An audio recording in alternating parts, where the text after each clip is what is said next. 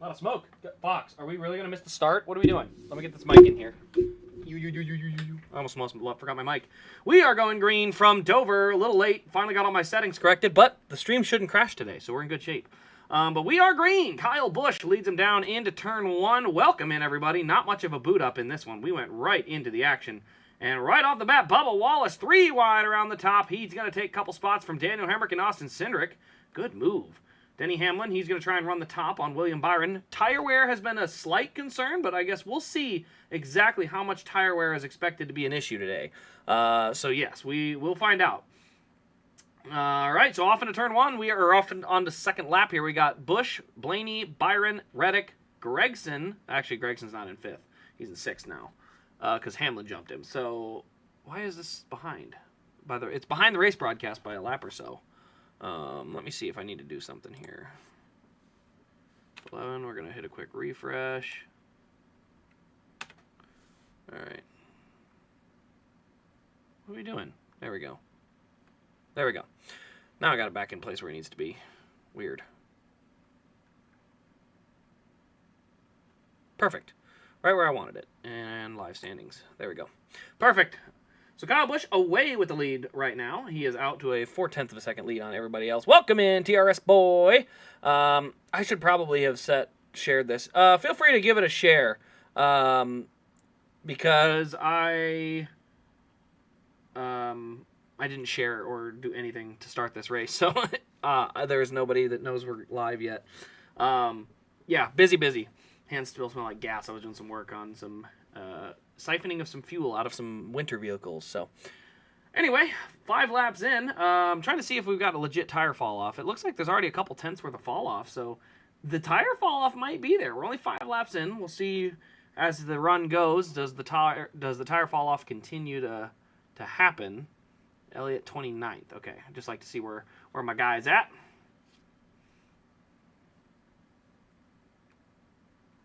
So he's in 29th right now.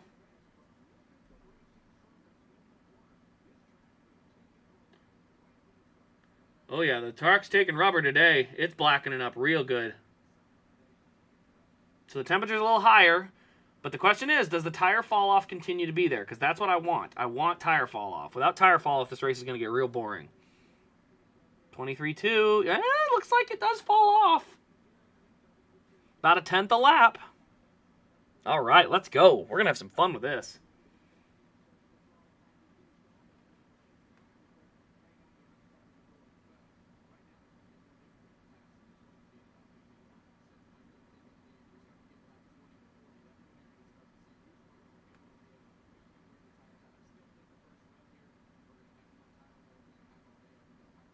Kyle Larson going to go around the high side of the 31.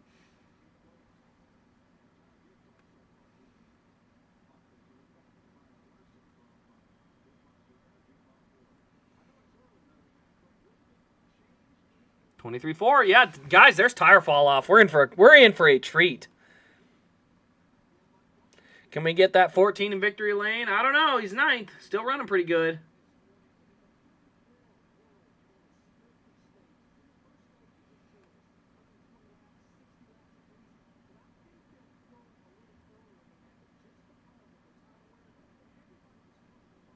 Yeah, Larson's coming. Tire fall off is definitely a thing, and I was wondering if that 5 car was set up with good tire wear, and it looks like he is so far. But do give the stream a like and do give it a share because I did not share it myself. I probably should have. I think I still will. I got the IndyCar race on my phone down here, so if you look when we change in directions which way I'm looking, it's because I'm looking at everything. But looks like the high line's a preferred passing lane. If you can get to the high side of somebody and pinch them off the corner, you really have a good shot to beat them down the straightaway.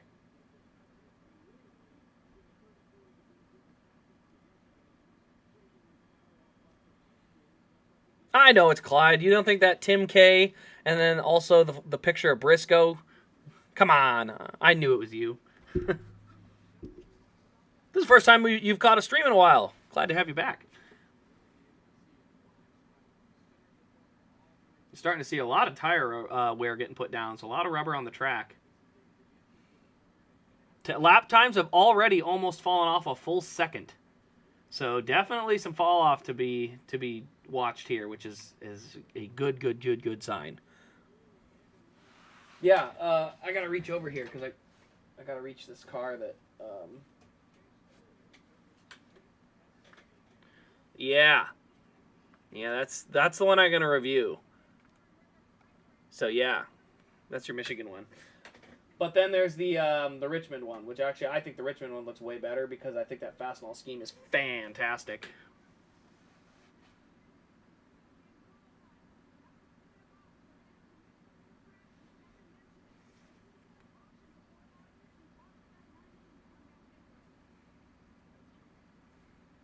Yep, a full second of fall off already. So yeah, I think everybody's gonna need tires every time.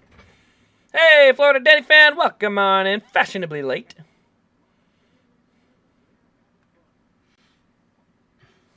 Meanwhile, McLaughlin is back in front at Alabama. That's 32 laps into the IndyCar race. Keeping an eye on that. We're already under commercial, 13 laps in. If you can do the math, that's around 4 minutes since the green flag. 4 minutes since the green flag, and we're under commercial. Seriously? That's pathetic, man. Man, the broadcast quality is so bad.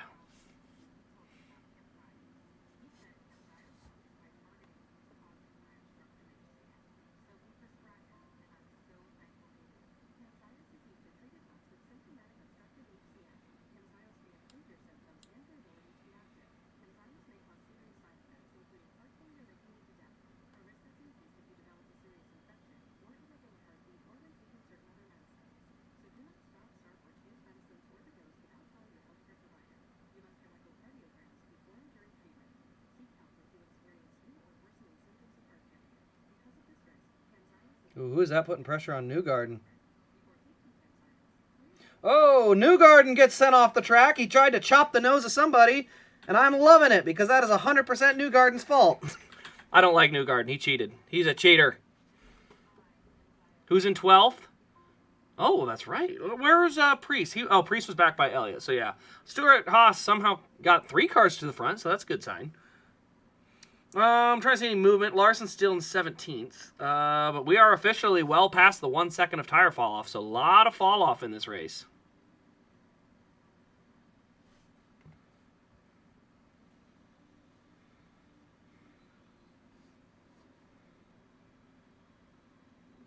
Dover crowd looks really good today. Looks like a full sellout. Well done, Dover.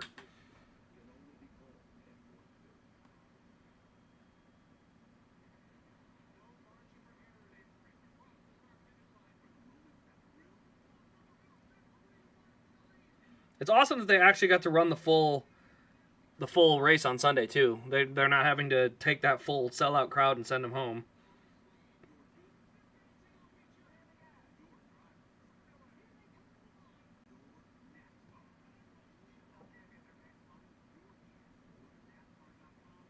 Yeah, it looks like, from all I can see, it looks like Dover was an absolute sellout. Packed it to the rim. That's awesome. I'm so glad to see that. Who is that? Ryan Preece is smoking.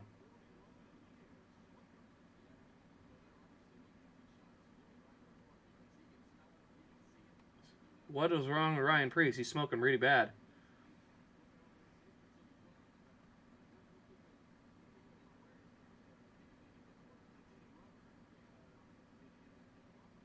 Oh, I didn't even think about rubber. It could be a tire fire from the burnt off rubber. So Preece is smoking pretty bad. That'll be interesting to see. There's a lot of smoke.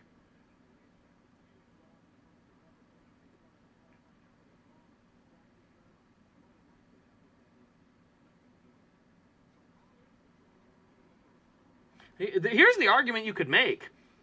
Instead of 60, if you go 40 and pit 3 times, is there enough tire fall off to justify that? They're already a second and a half off the pace. So if you can't run all the way to lap 60, can you run to lap 40, and then pit twice in the stage? Because the consensus says you should do a 2-stop or a 1-stop strategy and split it in half at 60 laps. But judging by the tire fall off, I think you'd actually be better off pitting at 40.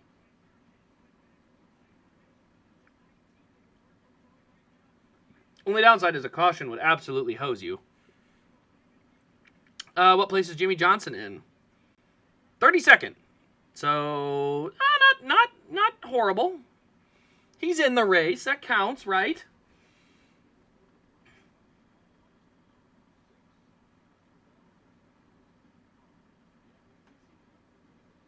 So the rubber's really taking shape down there in the corner.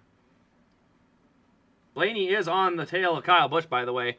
They have already fallen off a second and a half in 25 laps. I love tire fall off. Oh my gosh, I missed a lot of chats. Woo! Okay, let's see here.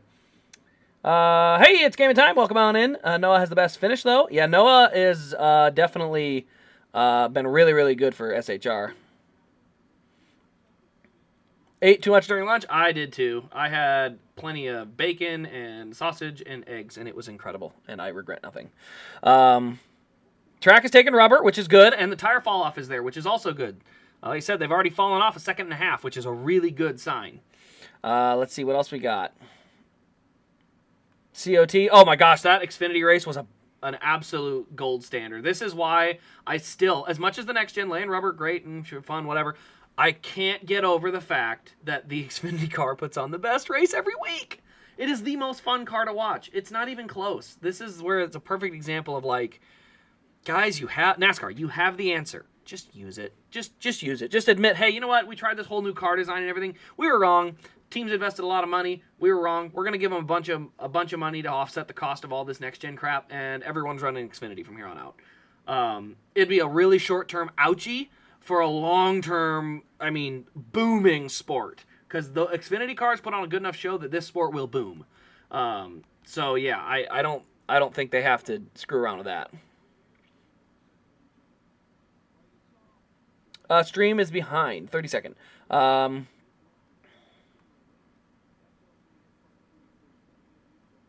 Hey, there's Boost, my resident Burton fan. I think that's my resident Burton fan.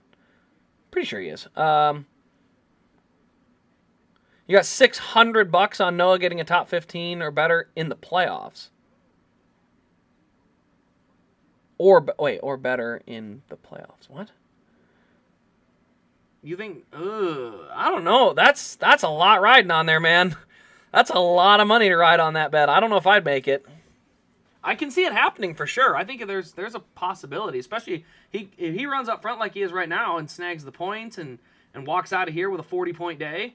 Yeah, for sure, but that's a lot of asking considering we haven't seen it consistently.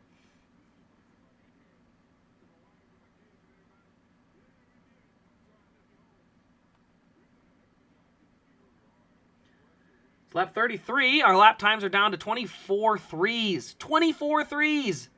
So the fall off has started to stabilize, actually. It's not dropping quite as quick now that the rubber is down on the track.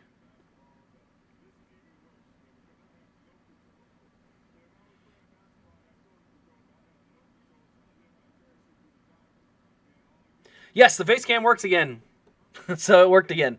Well, we're a Noah channel. We are an Elliott Noah channel. Those are the channel favorites, my favorites. Obviously, I wear my 9 shirt, but I also have a good affinity for Noah. Good dude. All right, looks like Ryan Blaney is going to just pull right in front, and he will take that spot from Kyle Busch. So move Ryan Blaney to the point here at Dover. Tyler Reddick's right there, too. The front 5 are all actually really close together. So interesting to see how that rolls out for him.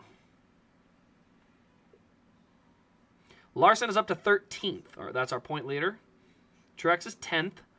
Byron is 4th. Elliott is well outside the top 20. And Reddick is 3rd. So that's your top 5 in points, with 6th leading the race.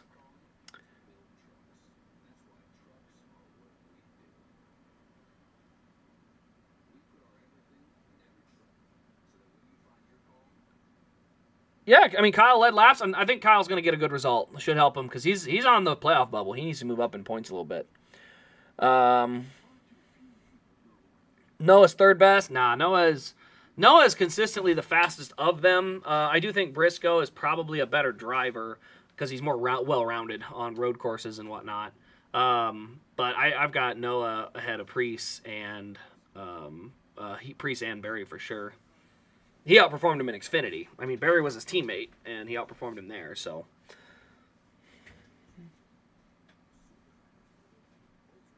What's the opinion on the Xfinity race after the race? Dude, I understand, like, the mismanagement on the red flags can be annoying. 100% understand that. But the racing was spectacular. I mean, the Xfinity car just puts on such a good race. It's honestly a shame that car is not our Cup car because, man, we could have so much fun with that.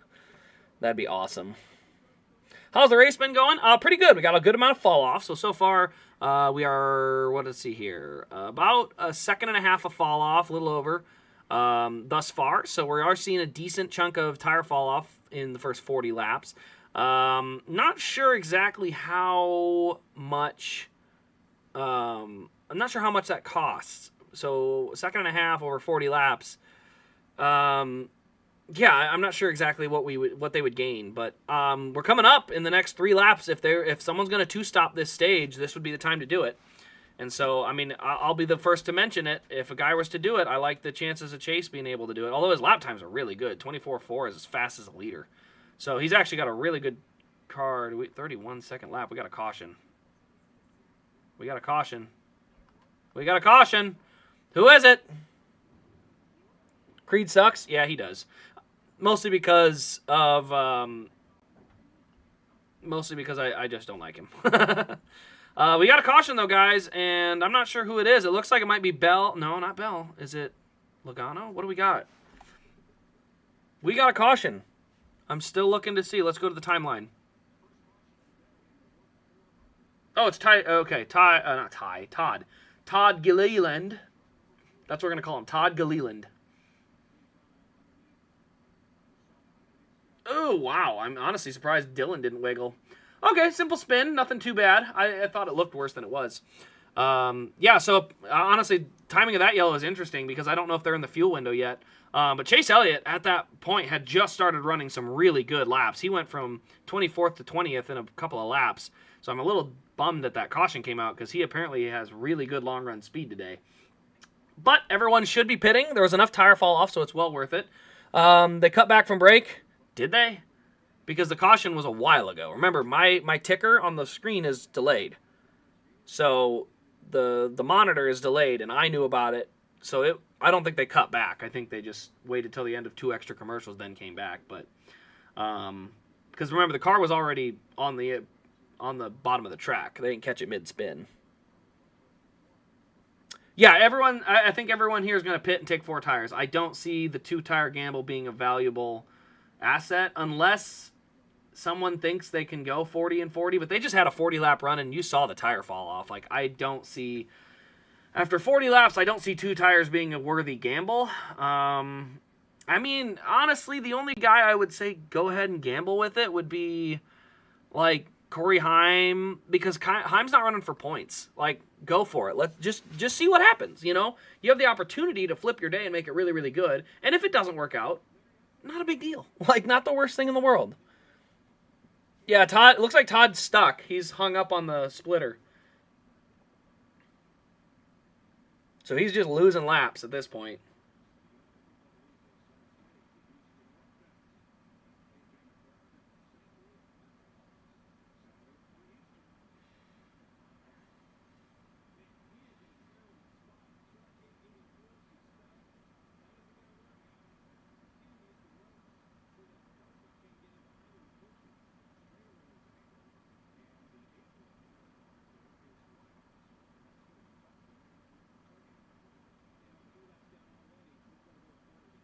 Todd Gillen's losing a ton of time. All because he's a... Todd, what are you doing? Crank the wheel hard to the right, back it up, crank the wheel hard to the left, and gun it. Too late. Now you're going to have to pull on it. He's going to lose 4 laps. Man, Todd Gillen here. That's a killer. I mean, his day is over now. His day is over. At Dover. It's like poetry. Yeah, man, that sucks. Dover's my home track. Chase is better win to make the home track special. Yeah, let's go Chase Elliott. Chase Elliott. I actually had a lot of my Chase cars out the other day as I was doing my counting. Had to do an inventory count, make sure I knew what I had. Looks like they're going to throw an ad in. I'm going to toss one in as well, just because I got nothing to add right now, because we're still waiting for them to pick the freaking car off the front stretch. They may as well pit. I don't see what they're waiting for. At least open pit road, but it's NASCAR. They can't They can't use common sense. They're not smart enough for that. One of these days we'll figure it out, though.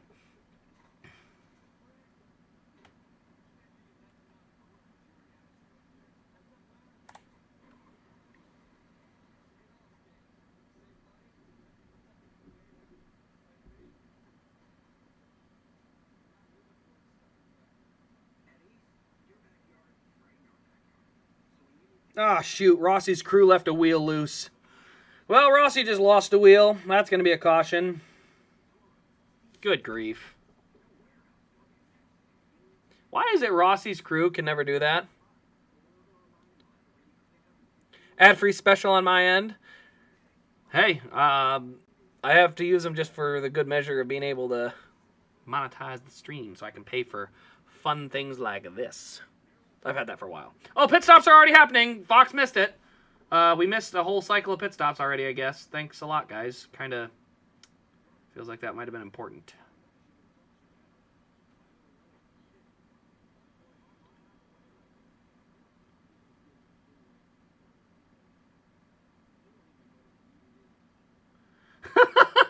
Kevin Harvick used the word yeeted. He yeeted him right out of the way. Boyer corrected him and said, "You're too old to use that." Let's see what happened here. So Reddick coming out.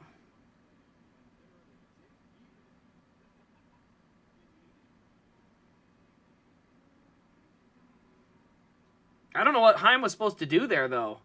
Like, I don't know what was Heim supposed to do.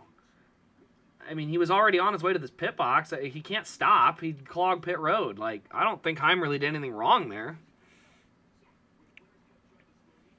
Kevin Harvick using the word yeeted. I did not have that on my bet list for today. That's for sure. I need to go get a beverage. I don't have that yet. All right, I'm going to throw another ad in because they're under commercial again. We'll talk about the running order here as soon as it updates, and I'm going to go grab an adult beverage, and I'll be right back.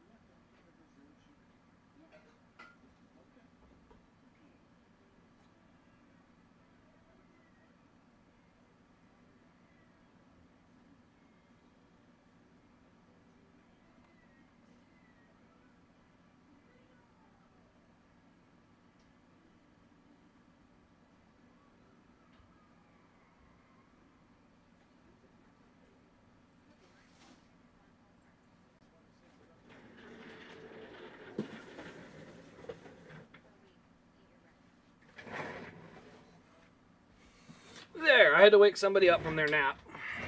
But I went to get a beverage, and so therefore waking someone up from their nap is necessary. Is Rossi out of the car, or is that just the crew? Here, you want to sit right here? Oh, you got to be taller than this. Nope. Yep, Rossi's done for the day. Awesome. Way to go, crew.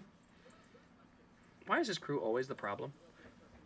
There. You want to be taller? You want to play with the mic? Still under commercial, by the way.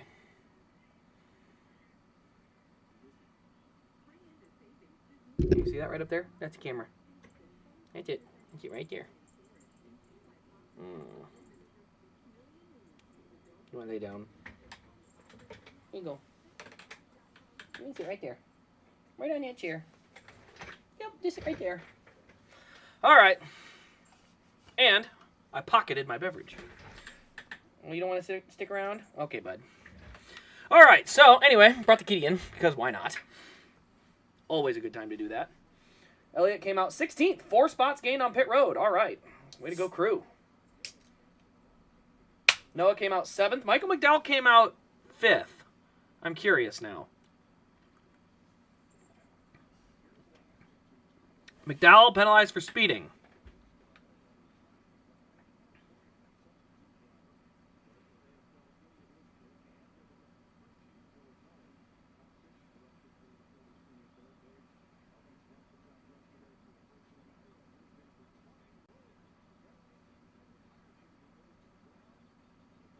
Bad stop for Bell. So McDowell looks like he's going to be penalized for speeding, so he's actually going to lose that spot and go to the back. Under the caution, every number of guys pit. Looks like Power. Is that Lundqvist? We got a couple of them pitting now. But yeah, it looks like when Rossi came out, they just left a wheel loose and away it went. Oh, now we got issues on pit road for the 77. So I'm commenting the IndyCar race. Sorry, not the Cup race. Not Hocevar, it's the other one. I need some Hamlin die casts. I got a lot of his race wins, including his Pocono win. I have his Pocono win in liquid color, but that's already taken. So somebody else already has that. Gotta go get you a Briscoe sprint car. I can't wait for that thing to come out. Probably gonna be a little bit, though. For Eric Bell. Oh, yeah, he misspoke that one. All right, they are lined up for the restart. 47 laps down. Still a good chunk of time left. There's still 70 laps in the stage. I'm not going to lie. I probably got to go look at Twitter here and see what is the fuel window. Where's my Bob Pockrass? There we go. All right, so there's the restart. They are good to go. Ooh, a little contact. The bottom lane had a little bit of a hiccup there. Oh, fuel is 90 laps, so they can definitely make it on fuel if they want to. Yeah, I think you'll see them go the rest of the way from here on 70 laps. Oh, Denny Hamlin really had to lift. He went way up the track, and Fox didn't cut away. Seems like something we should have seen. Okay. Thanks, Fox. Next time we should probably see that. Probably useful information there. Tell ya. All right, so Noah and Briscoe battling for the 5th spot. Meanwhile, oh, Brad Keselowski looking 3 wide. Not going to make that work.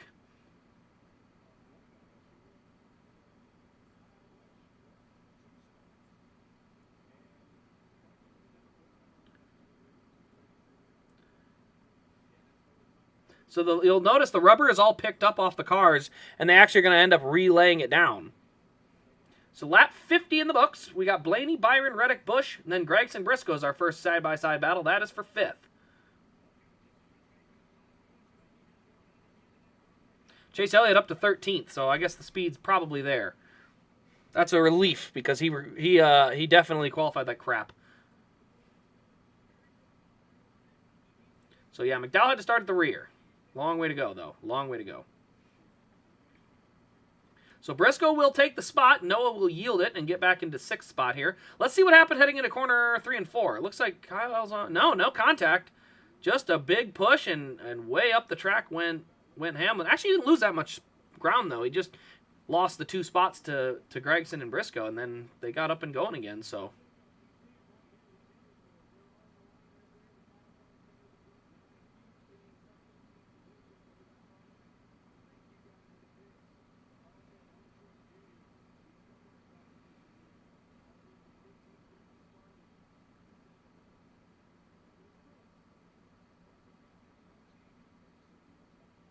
So lap 53 is in the books. Trying to see if there's any major notables here. AJ Allmendinger in 10th. I think that's a surprise run. Ricky Stenhouse in 9th. Another good run for those two. Those are guys that I probably wouldn't have pegged in those positions.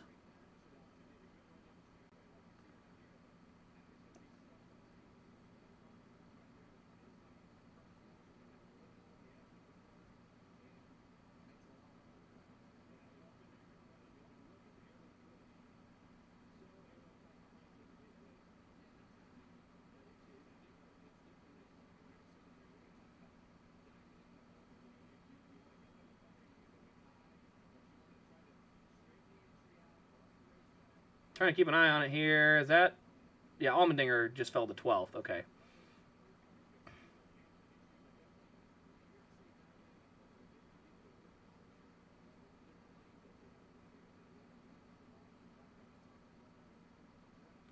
Looks like... Oh, big battle back here. That's Preece. So right now, Ryan Blaney has a 6/10 of a second lead. Larson's up to 10th. Still a lot of smoke out of Preece's car. I hope he's going to be all right. If that's like exhaust smoke, he could get poisoning.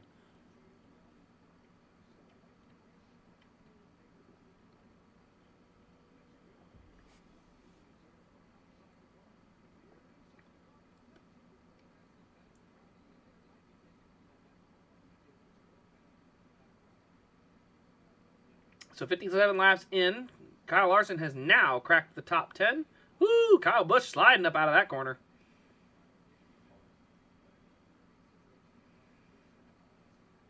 $63 laps to go. Long way to go yet.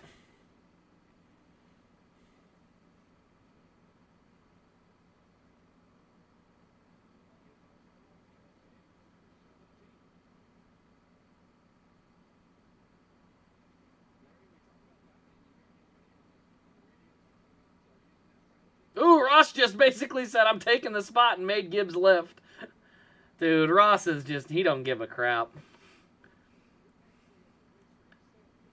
What are we at lap? Lap 50 of a 400 lap race, and he's already saying, I'm taking the spot or you're going to have to wreck me. 50 laps in. Johnson, 34th. Honestly, remember, Johnson has less experience in this car than anyone else. Like, I think we got to give him a little bit of slack when he's showing up and only getting 15 minutes of practice to try and get used to this.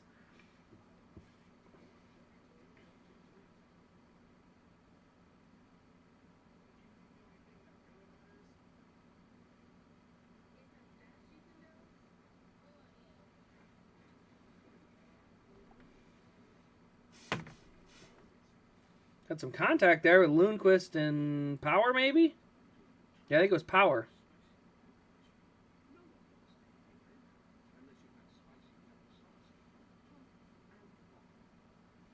I don't know. I want to like IndyCar, but man, I do not like the fact that if you're not all the way up wheel to wheel with them, the guy on the in front just has the right to shove whoever's behind off the track. I'm just not a fan of that. It's weird because actually NASCAR drivers race more respectfully than IndyCar racers. IndyCar is far more likely to rub and knock people off the track. Chase Briscoe has dropped to 9th. I'm actually kind of curious what's going on there. That's a decent chunk of fall off suddenly out of nowhere. Trying to see something happen to Briscoe?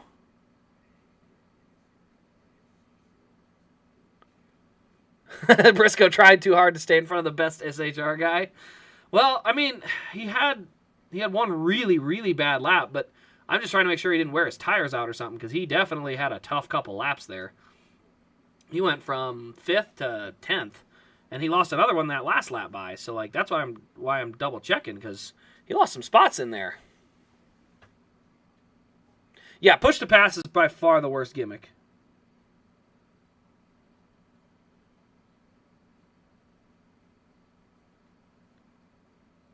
I'm sorry, what is that? I'm sorry, I need to go back. Did I just see a hand?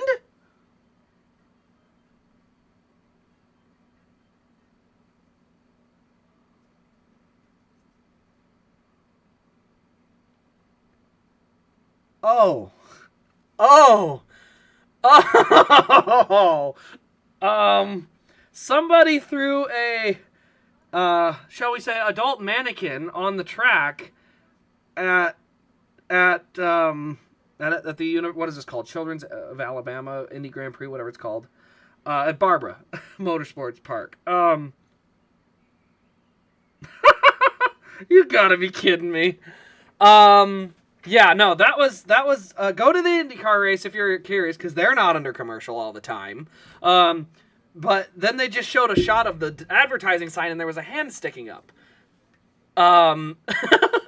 So yeah, somebody threw a full adult mannequin on the track and the IndyCar went by and took off the mannequin's hand. Yeah, that's exactly what happened. Yep, 100%. Yep. Dude, what? Someone dropped a freaking mannequin off one of the bridges. I love it, man. This is Alabama is something else. They got Talladega and that back to back. That's kind of funny. It's obviously we don't need people throwing crap from bridges, but golly, that's funny. Noah Gragson dropped to 7th. Kyle Larson is flying. He's up to 6th. He is continuing to move forward at a really fast pace.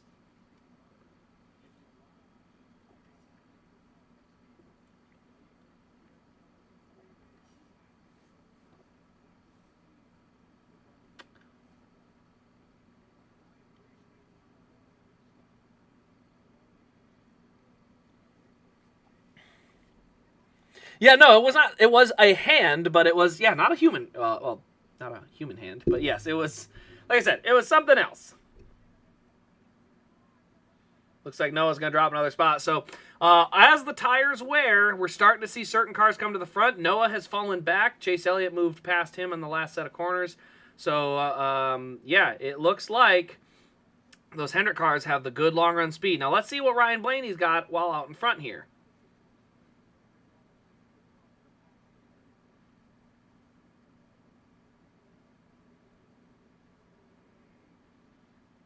Because Briscoe has fallen to 12th. Just watching some lap times, though, it's not terrible.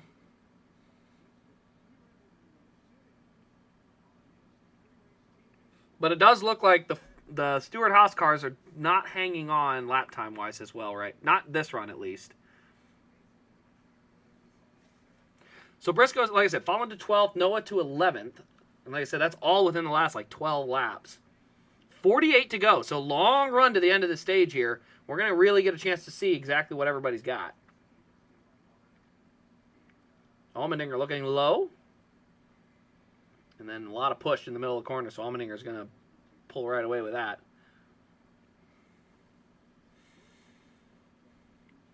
What was the 41 smoke problems? I didn't catch that. It was foam. Okay, foam that caught fire. Oh no, Stingray Rob has hit the wall. We have a caution.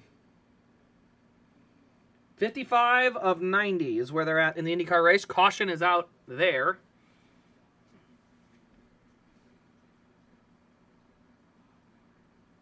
$47 to go as they run.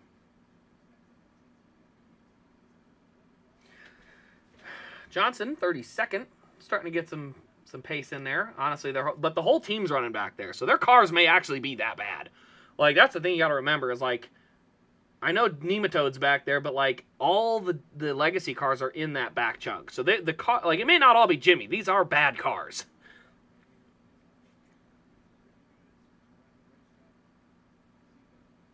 Looks like there goes Truex. He'll get by Kyle Busch, who also does not seem to have a good long-run car.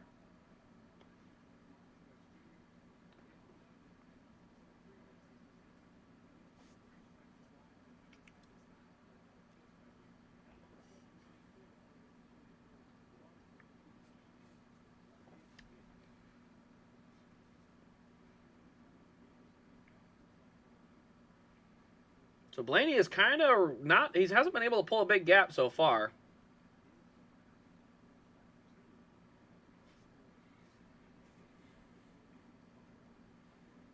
Yeah, that's right. No, I think it was just today. Or was it last week? But I'm pretty sure that was just recently, in the last couple days for sure. But yes, Brett Moffitt will be back on track next week, and I'm going to be there. So, yes, I am extremely pumped up. I originally wasn't going to go to the truck race. I had tickets to the high limit race, which is at Lakeside, 10 miles up the road for Friday and Saturday. And then I found out Brett's racing, so now I have an extra set of high limit tickets. Is what it is. I'm just glad I get to see him race.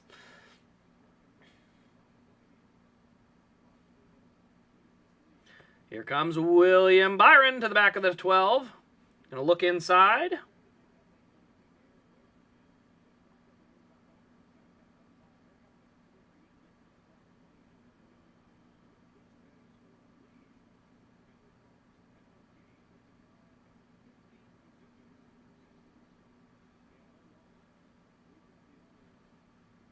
Briscoe has fallen to 17th. So definitely looks like a long-run speed is not in that 14 car. As the tires wear and fall off, it's definitely hurting them the most. Now I'm watching Noah's car. He has managed to maintain. He's sort of been able to sit and hold, at least for now. But Briscoe's car has definitely had a little bit harder time with that.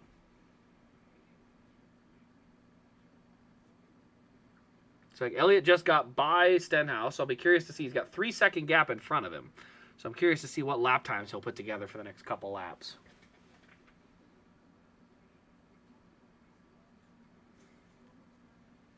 All the Hendrick cars in the top 10? Yep, I was afraid of that. I say afraid of that. It's a good thing if you're a Hendrick fan like me. But, Yeah, it does look like they've got really good cars again.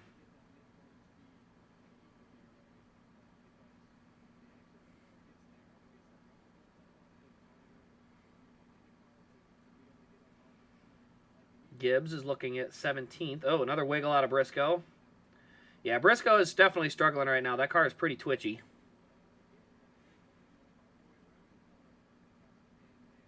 Oh, they just posted it today. Okay. Well, congrats to them for sure.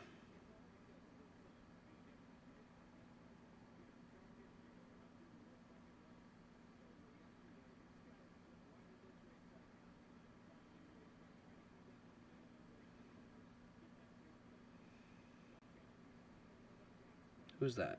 Kirkwood? No, who's 60? Is that Rosenquist? It is. That's Rosenquist. Good battle off pit road for them guys.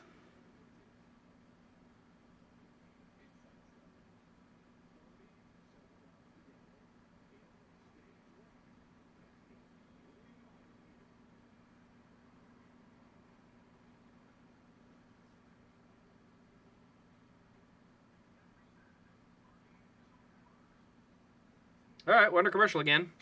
But keep an eye out on the lap timer up here.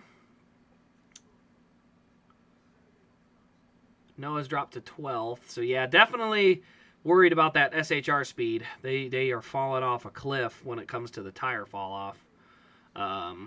It does appear that Hendrick's got the better cars on the tire fall off, although the Gibbs cars are hanging right there with them. So I'll be very curious to see over the course of this run where Truex ends up, because Truex is the car I'm very curious about.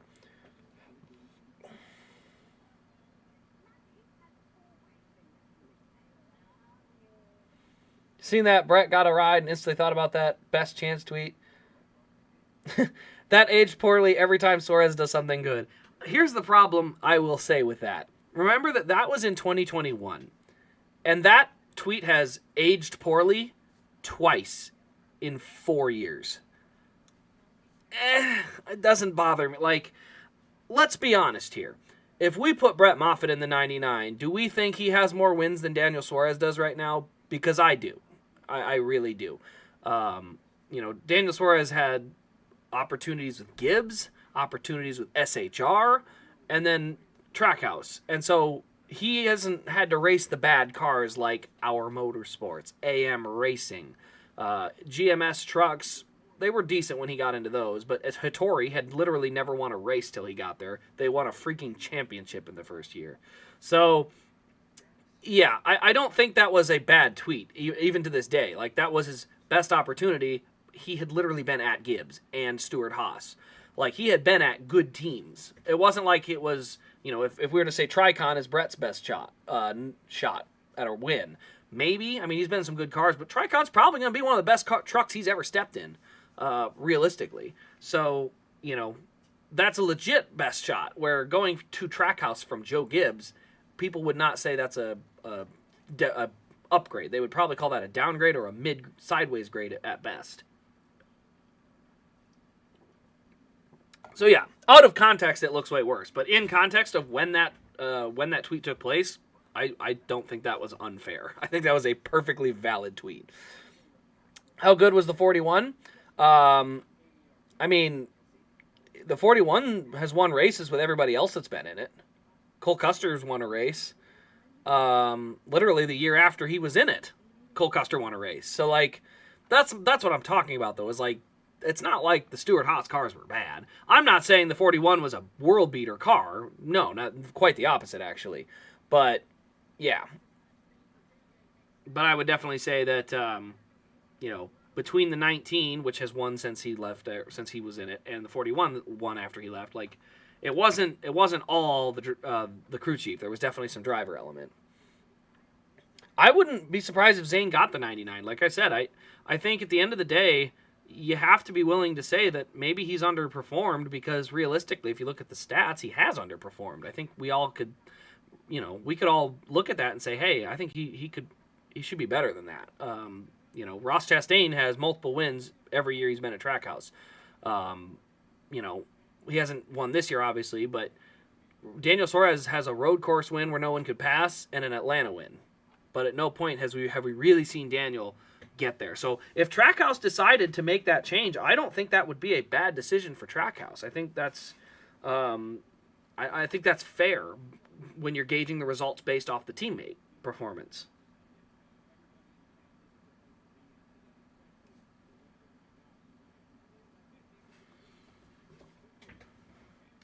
"26 laps to go on the stage." Ryan Blaney has stuck right with William Byron. So William Byron has really hit some hard traffic here, and he is struggling to get through it. And we're starting to see the gaps between all the leaders come back together.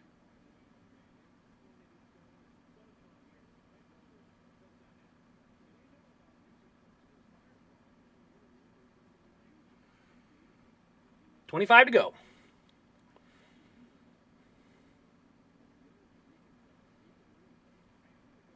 Am I the only person who thinks Hendrick cars win too much? No, not at all. Elliott needs to win more of them. But outside of that, I could do with like a quarter of the Byron wins, honestly. He's so boring. Like, William Byron's a nice guy and all, but he's just so boring. He's so dull. At least Kyle Larson goes and races dirt and IndyCar and everything else. Like, William Byron is what? I can play on a computer game. Like, I just wish there was more to it. Well, I will say, this is one of the more impressive runs for Byron, because a lot of times when he wins, he just sneaks up at the end and shows up and wins. Where at least here, he's running up front and leading the laps. Other teams should just get better. I mean, here's the thing. Like, the lack of practice definitely hurts the teams that can't afford the high-end simulators. No doubt. I mean, that's not a question. That's why the two highest-funded teams have won almost all the races. You know, that's pretty much all you have to hear about that.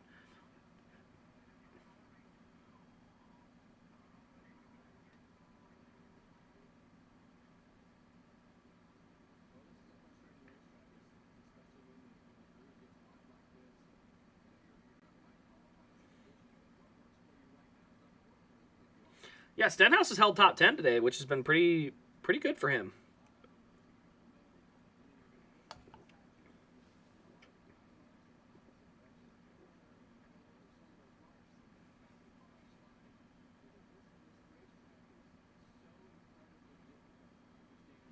Now Truex is looking to the inside of Blaney.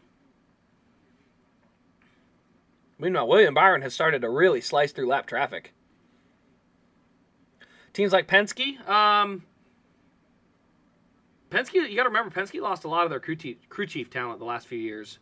Ryan Blaney's definitely got the best combination of crew chief to driver combo, but like, I don't think the Paul Wolfe, Joey Logano thing is a good fit. I mean, yeah, they won a championship, but they didn't. I don't know. I just think it's not a great combo for those two. That being said, I think Paul Wolfe will take the chances to win races every year. He'll take enough gambles to get there.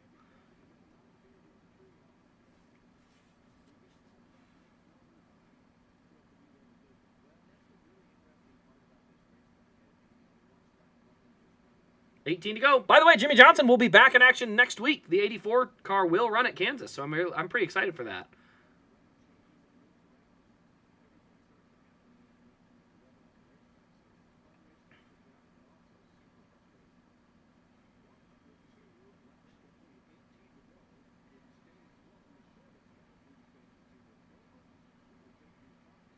Side by side with 18 to go.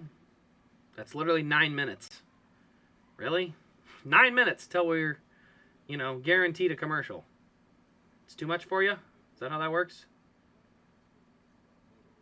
Ooh, off pace is Austin Dillon. He's going to go to the bottom and pit. May have a tire issue. Not sure what it is. I'm trying to see, but of course we're under commercial, so we're not going to see that, are we?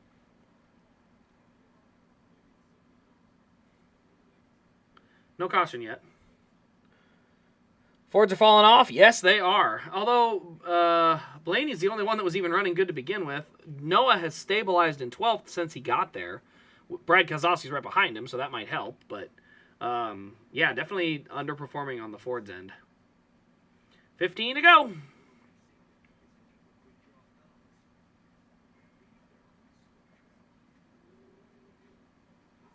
I didn't see what Dillon was pitting for. Have we heard anything yet? It's side by side, fine. Yeah, I mean, here's the thing. I'd rather them just go to commercial in 9 minutes. 9 minutes till a guaranteed commercial break. Just wait. Just give us 9 minutes. Like, that's where the frustration grows. It's not as much from the fact of there has to be a commercial, it's the timing of them. Like, we know a commercial is going to be there in 9 minutes.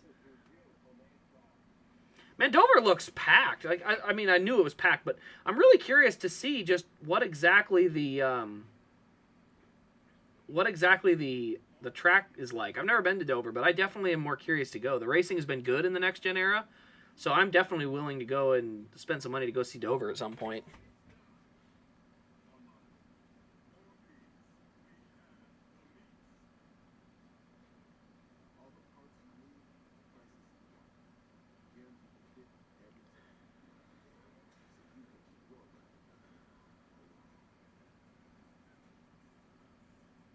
$12 to go. Are we back yet? Nope, not yet. I'll just keep waiting.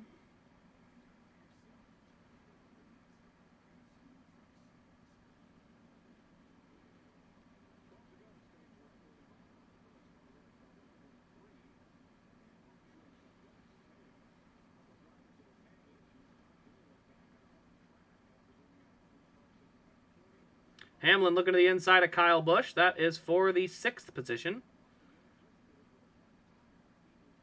Yes, Dylan had a flat. Interesting.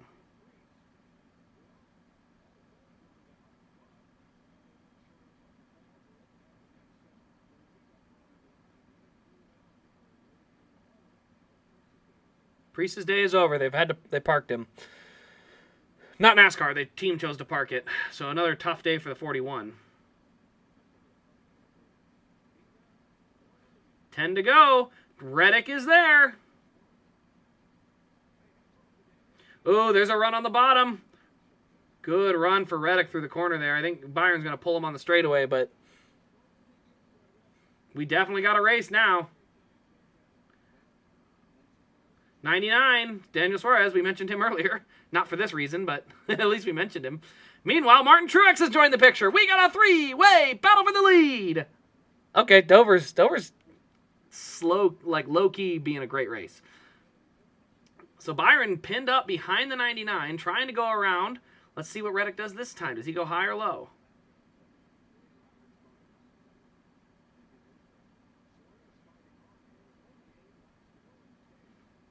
Oh, go high, Reddick. You can get a run on him.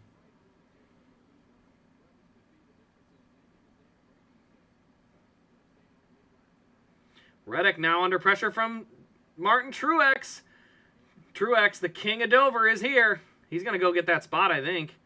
I think he's going to take second. And I think he's going to go get the lead. I think Truex is going to win this stage.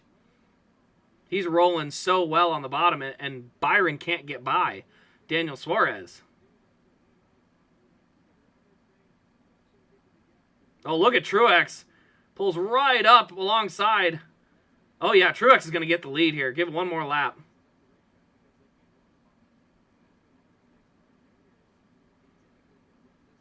Oh, Suarez is going to cut him off. Suarez tried to cut down on Truex. Not sure why. I mean, I guess he wants to stay on the lead lap, but definitely wasn't able to hold that. And now Truex to the lead. Byron to second. Reddick to third.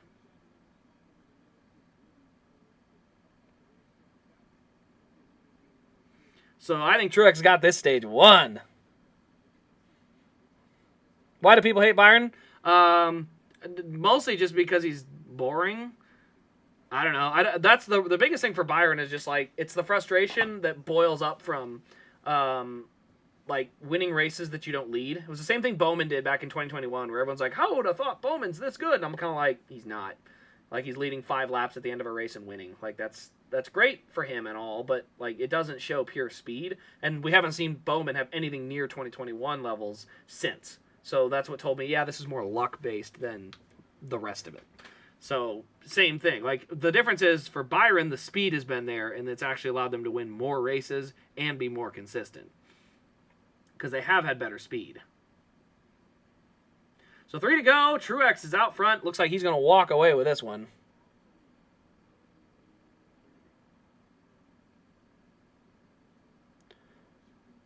Dover like that one track? No. Motor Speedway of the South is definitely Bristol. Oh, Brad Keselowski is around. And that'll be a caution that ends the stage. Brad couldn't wait 2 more laps to get himself in trouble. Get rolling, Brad. You don't want to lose a lap. You might have already lost a lap. I'm not even sure. Got a flat. Wonder what he's going to do there. So Keselowski goes around. The stage will end there. And that will end with Martin Truex Jr. Oh, he tried to go under Noah. And just got loose. Just got loose trying to pass Noah. So I think he may have lost a tire when he went down there. I need to see this IndyCar race. Oh! Newgarden shoves the 66 off the track! Dude, Newgarden is not giving a crap today. He has been knocking people off the track all day. He does not give a rip.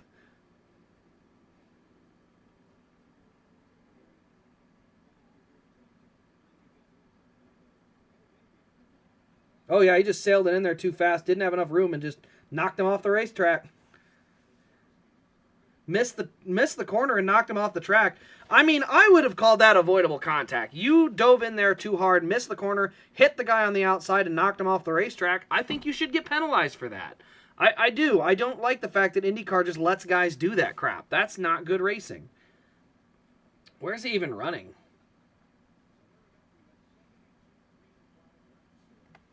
Oh, man, IndyCar is dramatic this week, man.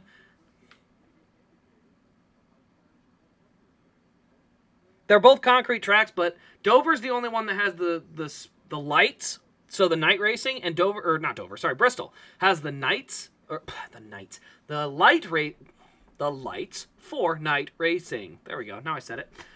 So that's what makes, I think, it where the Speedway of the South is definitely Bristol, because 1, it's in the South, and then 2, stands all the way around, lights, night racing. I'm pretty sure it had to be Bristol. Obviously, it's not scaled correctly for Bristol based on how the movie is edited and stuff, but that's what they were aiming for. Ugh.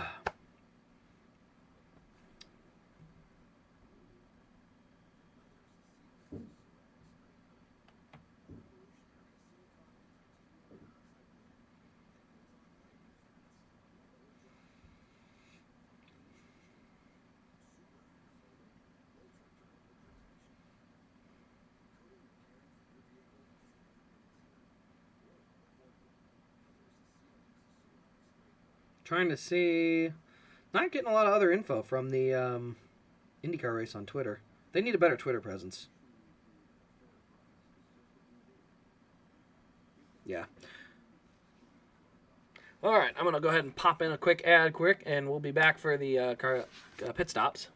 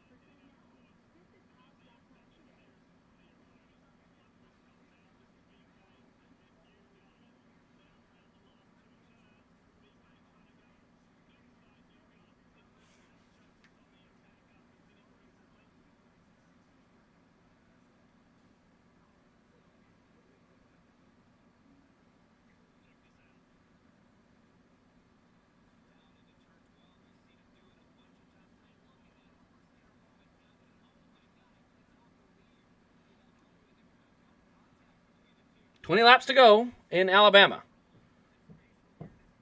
Hope Motorsport Games goes bankrupt. I don't think you'll have to hope for much more.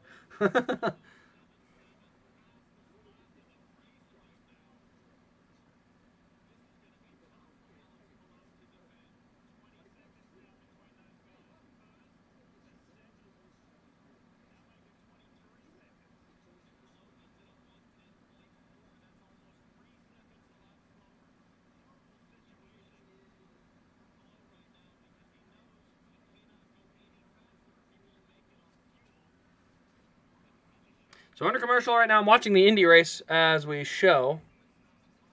Yeah, more commercials. Just waiting until the broadcast comes back.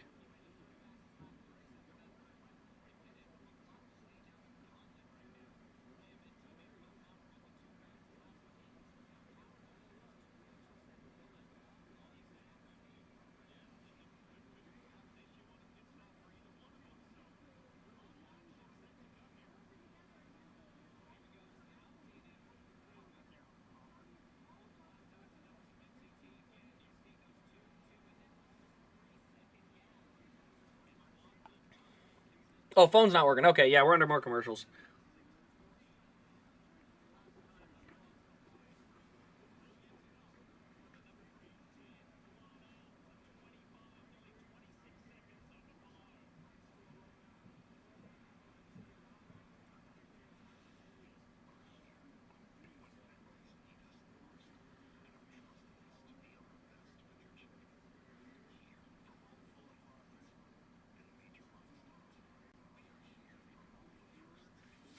Now they're side-by-side commercial in Indy, too, so...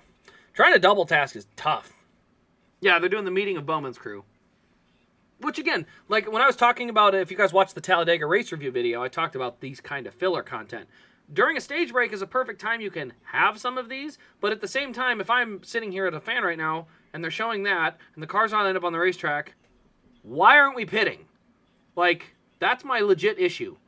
Like, we're back from the commercial break, because the caution came out before the commercial, so they shouldn't have taken that long, but we're back. They've run 5 laps under yellow now. Why aren't we pitting? What are we waiting for? Like, seriously, what are we waiting for? Let's pit. Like, there's no reason we shouldn't already be on pit road. And that's race control. That's not broadcast, but it's that kind of stuff where it's like, why are we waiting even longer? Like, the caution came out, 5 laps ago or something? So it's like, 5 laps at, what are they running, 82-second laps? That's a minute 20, so 5 laps at that is 5 minutes, about 6 minutes. Been 6 minutes since the yellow came out. What are we waiting for? We're all lined up. Let's go. Let's get to pit road and pit. What do we, like, there's no reason to sit out here and do nothing.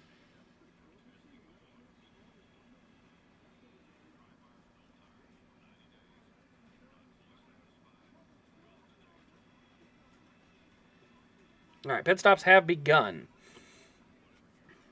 Looks like we're going to get Byron Truex Bowman. Oh, that's Bowman's pit crew just got showcased. I was going to say he's not in the top 4. And Reddick. Trying to see, make sure who's got clear exits.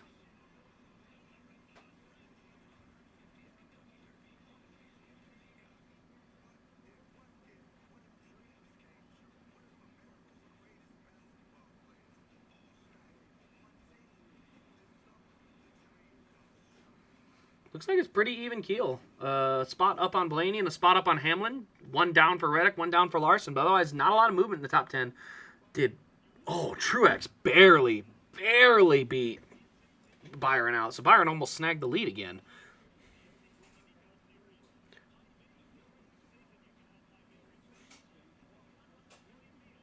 Over the crew things from back in the day. I mean, it's definitely good to have them touch on the pit crews, for sure. All right, we're still green in the IndyCar race. Keeping an eye on that. And some of that scoring's not correct, so we got to wait another lap, and the scoring will correct, so we'll see exactly where everyone's at.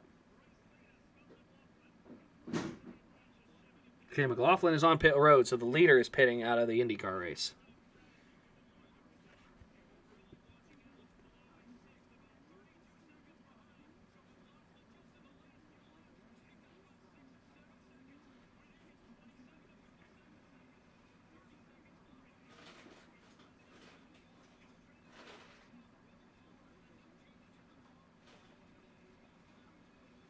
Alternates for, is that for both?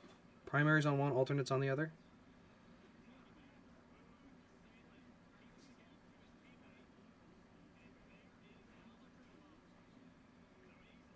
So below a save fueling, he's not going to be able to win the race, but he's definitely going to get a good top 5 out of it if he holds it. AJ Allmendinger came home 10th in that stage, got a point.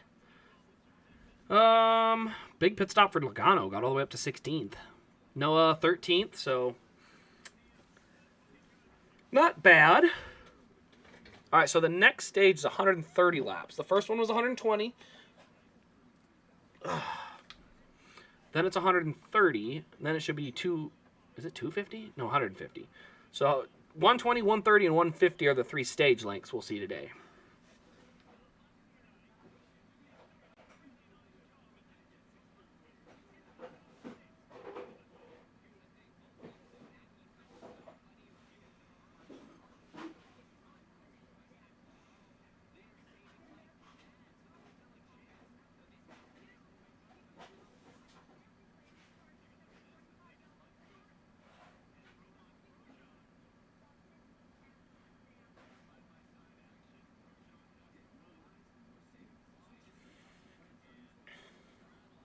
Oh, he got that spot on pit road. So who was 10th? Oh, it was Ricky. Ricky was 10th. That's right.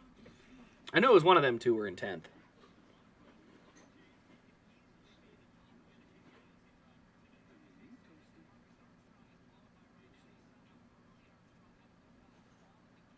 Did I get any of the bad weather? No, we didn't have any bad weather up here. That was South Iowa and mid. So Omaha and Des Moines area got more of the rough stuff. Omaha got hit pretty good. No, I'm north of that, so I was clear.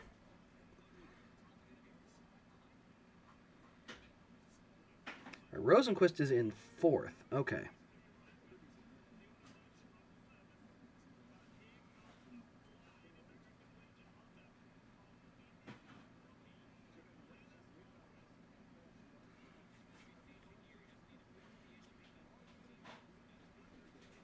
I feel like NASCAR is showing off their drivers a bit more. I don't think they're showing off anything right now, unfortunately. Their advertising and marketing has been very mediocre.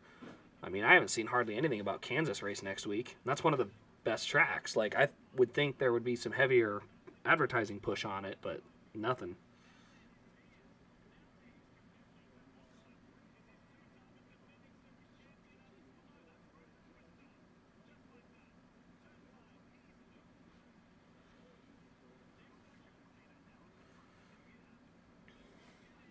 See, keeping an eye on it here. Lundqvist moves up to 4th. He's got some good speed. I wonder how fast he's got. They get a late yellow. He's got a shot. Looks like they're going to interview Eric Jones on pit road there.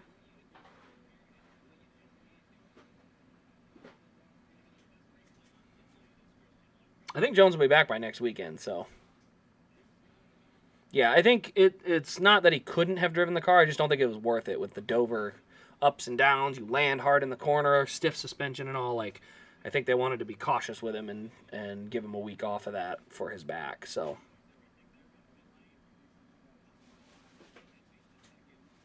I think that's what they were going for at least.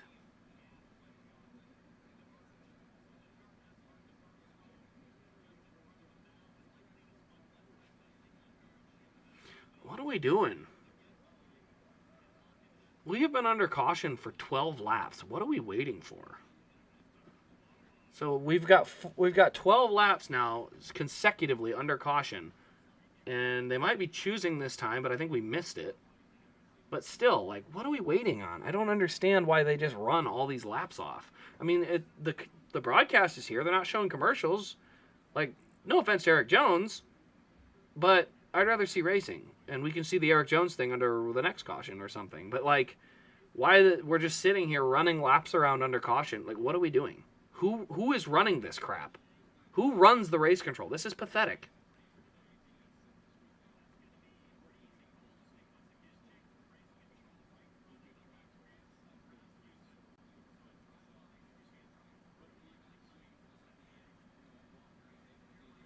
Yeah, if Truex wins again, it'll be just like last year. Truex. He's so good at Dover, though. It's hard to even argue against it. Like, he's just so good here. Yep, they chose, and here we come to the restart. We missed it. Okay, cool. Guess that's not relevant information at all.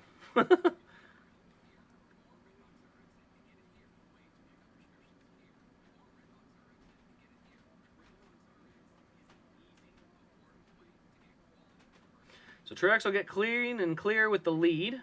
He'll lead him down into turn 1.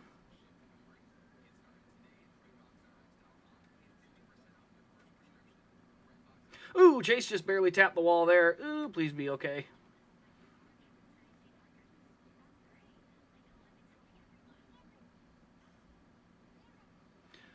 Dude, we can't see. Oh my gosh, Fox. Their camera work is horrendous again. There it is. Kyle Busch and Chase Elliott. Somebody bumped the wall, and I think it was Kyle because he was running with Bowman, and now he's getting pressure from Chase. So I'm guessing that's where the pressure came from, but we couldn't see it because Fox was zoomed in too far, and they're doing it again. I hate their camera work. It's so bad. There's such good racing going on, and we don't get to see it because Fox's camera work is just amateur. It's amateur. What are we watching here? It's like camera cut, camera cut, camera cut, camera cut. Like, you can show the same camera for more than a second. It's okay. It's not illegal. It may shock you, but it's actually not illegal to show more than one car in a camera shot. It's not illegal, last I checked. Maybe there's a new law. Maybe that's what it is. All right. Anyway, so Truex, Byron, Reddick, and Blaney got away. We got good side-by-side battling between the 11 and the 5. Fox just zoomed in on his wheel well. God, their camera work is so amateur. I mean, this is dumb. Like, I can't wait for NBC, man. Their camera work is so much better.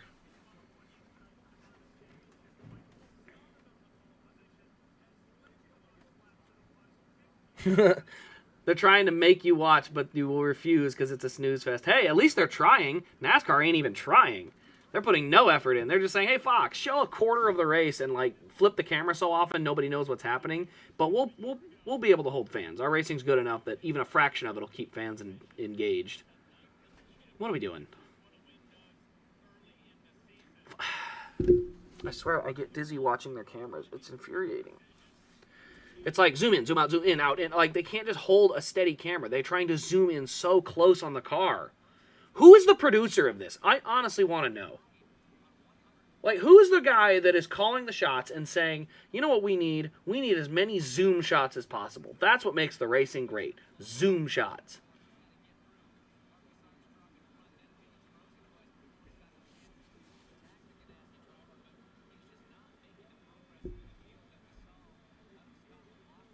Hocevar to the inside of Logano.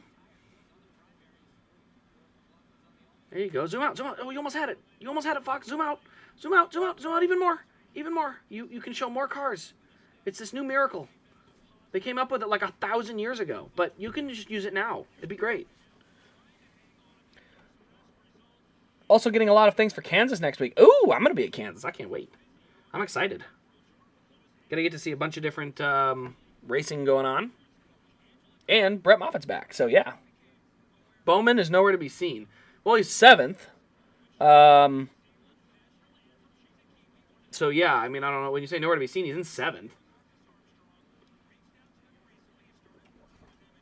You probably haven't seen him because they're either showing 1st or 5th or 10th, and they won't show anyone else. They don't zoom out far enough. All right, trying to see here.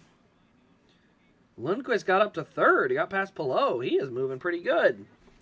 8 laps to go. Bowman trying to look at Hamlin now, it looks like. Yeah. Looking to the high side there. Oh, wiggle up the track. Got it to turn, though. Got a good run off. Honestly, it looked like a bad corner, but he made it work.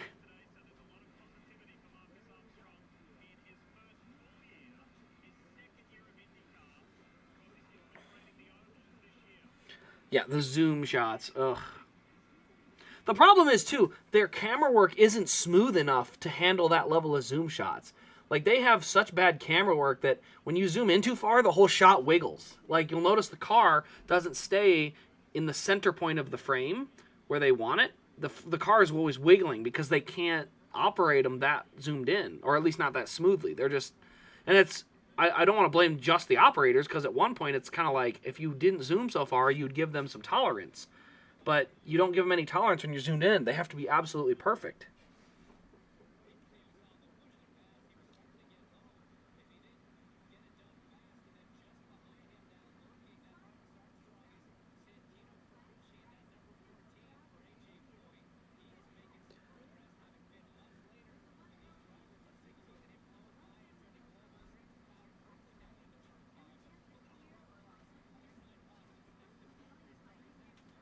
Keeping an eye on it, trying to see who's up there. Is that? No, that's VK. A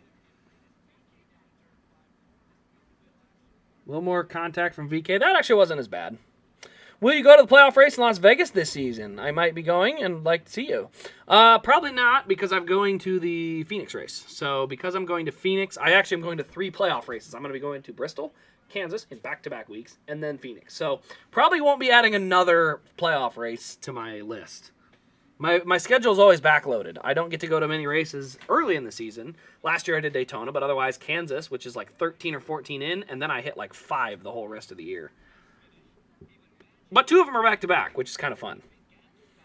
So no, probably won't be at it this year because I will be at Kansas. What am I going to be at? Kansas, Bristol, and Phoenix.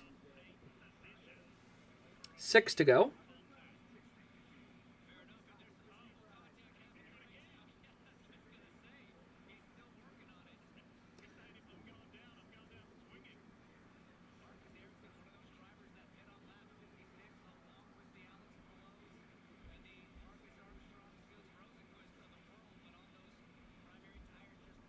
Five laps to go. In the IndyCar race, that is. I'm trying to see where everybody's running. Oh, yeah, we're under commercial, so I've completely lost interest in the Cup race. And, again, I'm a guy that really likes NASCAR racing. I really do. And yet, I've lost interest. Why have I lost interest? Because we're under commercial all the time. I have no interest right now. Like, I'm more... Oh, we got... Is it stalled? We've got a caution with 5 to go in IndyCar. Oh, boy! This is going to get nuts.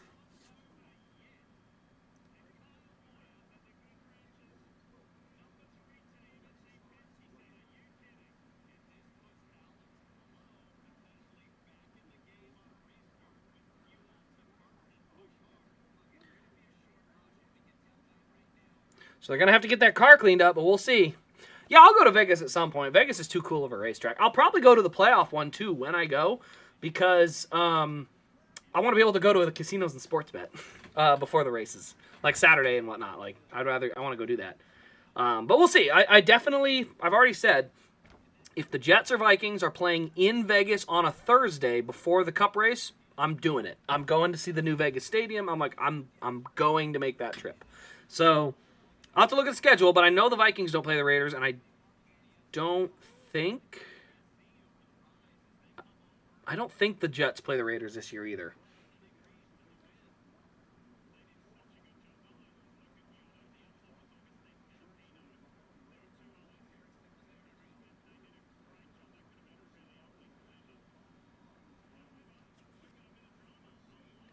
Late drama in the IndyCar race. Let's see here. So, yeah, I'm going to probably be a little more focused on the IndyCar race.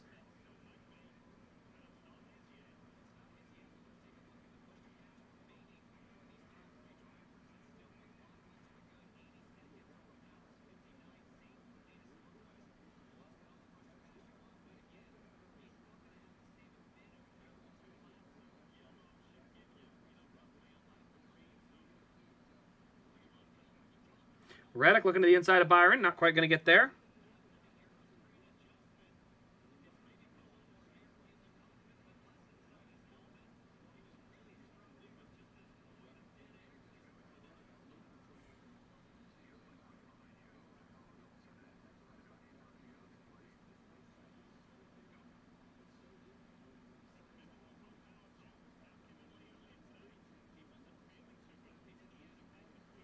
So 33 of 130. Like I said, if you're going to pit, it would be about lap 42. So 10 laps from a potential pit stop. But here's the thing. The fall-off hasn't even hit a second this time around. So as the track rubbers up, the tire fall-off does lessen.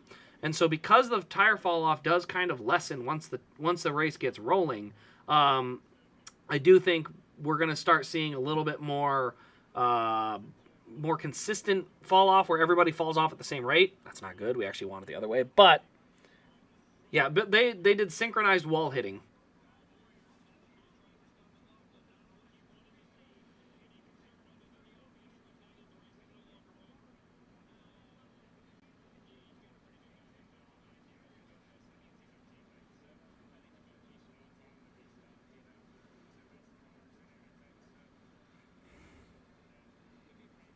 Feeling a Blaney win today? I don't know if the long run speed is in there for Blaney. I do think it's going to be another Truex win where he's just going to stink the show up and lead 300 laps. Because, I mean, he's already led a bunch of them. He's been in the lead since lap 1 something. So maybe not 300. He'll lead a lot of laps is what I'm feeling. Because he just got the lead and now he's just starting to gap the field. I think it's a Truex win. He's just too good here, man. You can't stop him.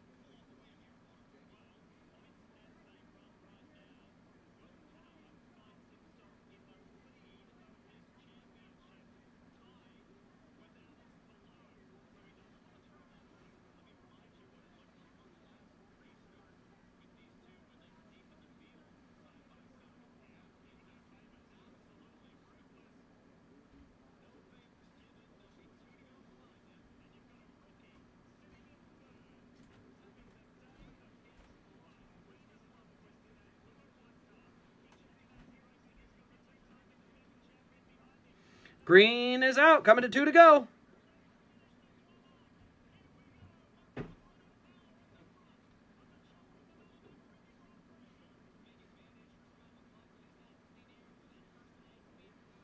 Oh, dude.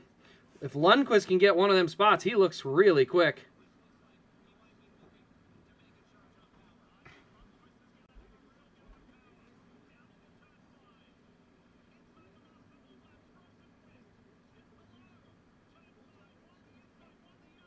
Lundqvist gets by Pelot. That'll be for 5th.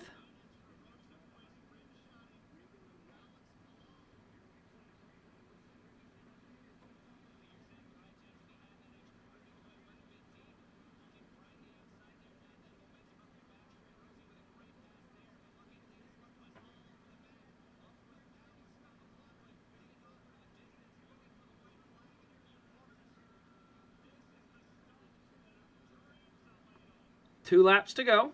I think they're going to be coming to the white here soon. Lundqvist is close to power. Coming to the white this time.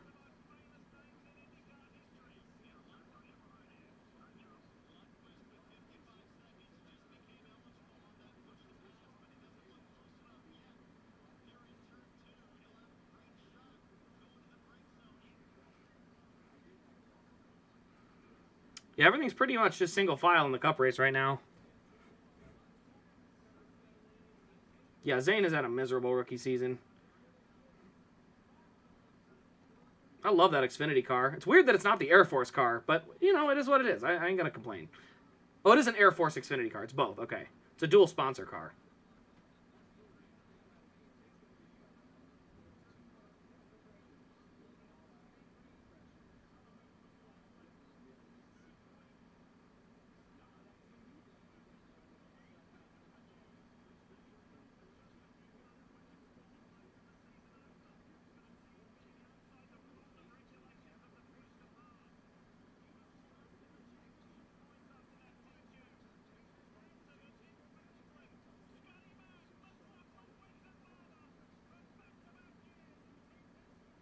Scotty Mack gets the win. And then we got Will Power and Linus Lundqvist in the 3rd spot.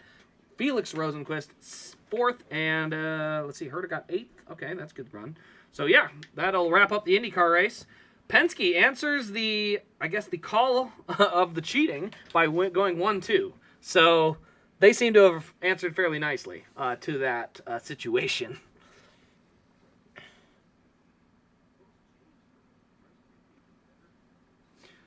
Oh, we're in a commercial again. Yay. I'd love to watch the race, but I can't. Oh, Zane, 32nd. Oof. Yeah, I didn't see how far back he was. That's not fun. Will Power is a legend. His car had the ability to cheat, and he didn't. Because it's against the rules, and he has that much character that he wasn't even willing to cheat.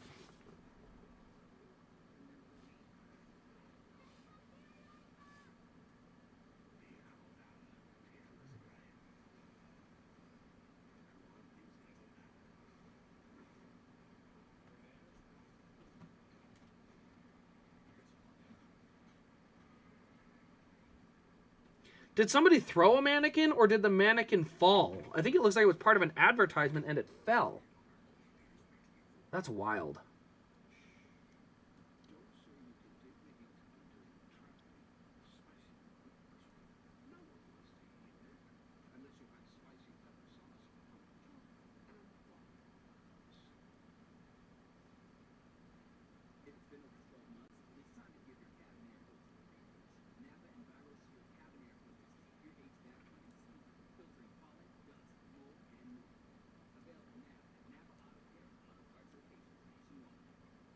Yep, nothing there. All right. So keeping an eye on it. Still green. I'm trying to see if any movement. Oh, Bowman just got by Hamlin. We have a pass! We have a pass! Pass alert! Bowman has gotten by Hamlin. Actually, it looks like they might be battling, judging by the distance. So they might either pass was made or it's close, but something happened. Everybody's running 24.3s in the top 10.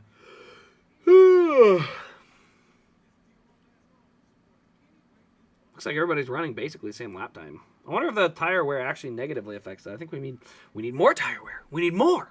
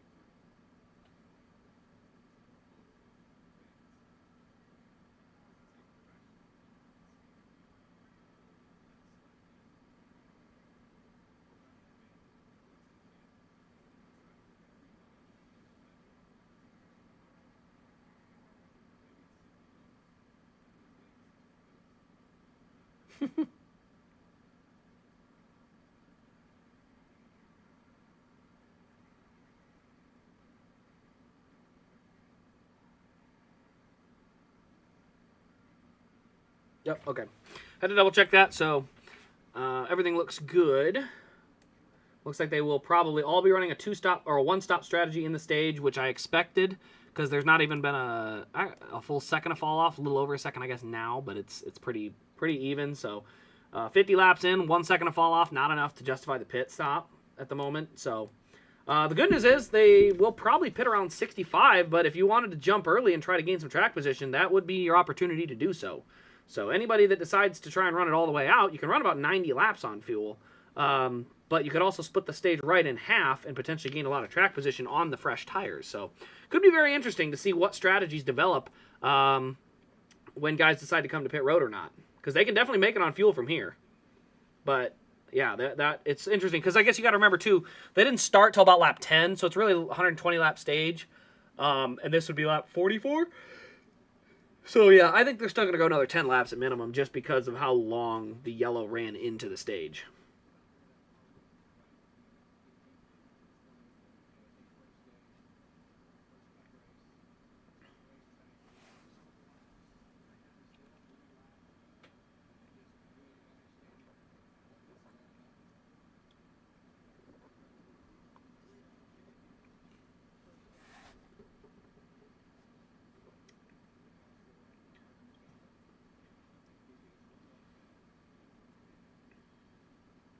Yeah, I would not be opposed to coming in early. If you're gonna pit, try to be on the early end of it, not the late end.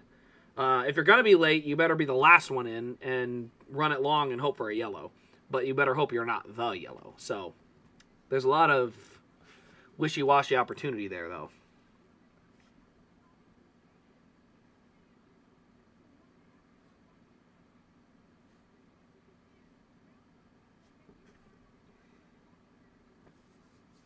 But yeah, so I mean, right now it's essentially lap 50 or 48, almost 50 of 120. So yeah, I would go about lap 70. I think lap 70 is about when you'll see the guys pit. But like I said, if I'm a guy trying to catch some people off guard and jump some track position, like if I'm Noah Gragson, I would be willing to gamble for it now, or I would stay out as long as possible. But I mean, with how bad his tire fall off has been, I would pit now. So if I'm Noah Gragson's crew chief, I want him coming in right now. Or not now, but maybe 5 laps. So 5 laps. I want him coming in 5 laps. And then once he comes in, I want him to go hard and try to gain as much track position as possible. Because it seems like the track position battle is important.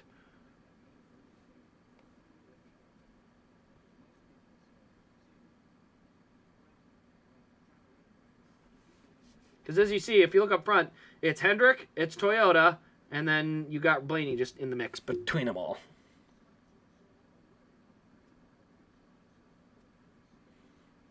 We're going to step aside again? All right, whatever. Yeah, if I'm Noah, I want the pit stop now because you're going to run a second a lap faster. And a second a lap faster, if you just beat him by 5 laps, gets you all the way up to the top 10 almost. So I think it's worth it.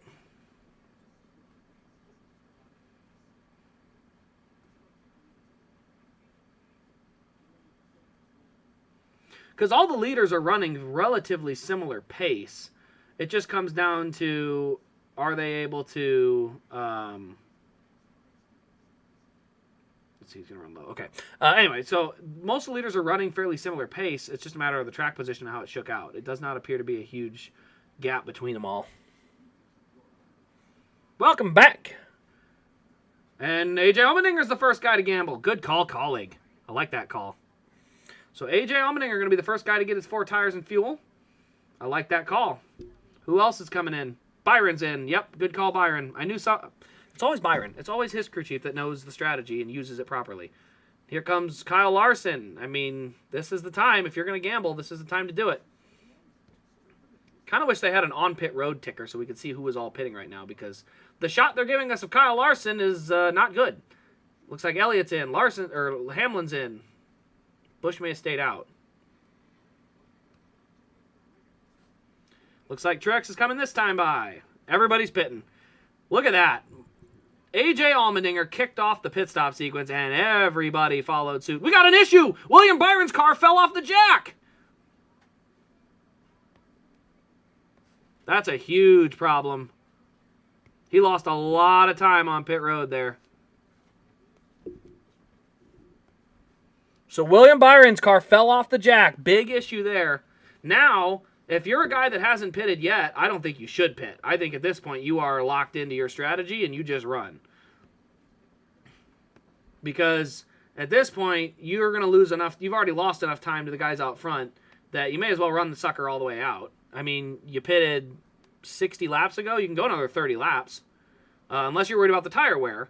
But I don't mind the idea of staying out really long and try to catch a yellow. I think that's a good strategy. Kyle Larson wins a battle off pit road. Interesting. Kyle Larson beat Martin Truex out by a decent margin.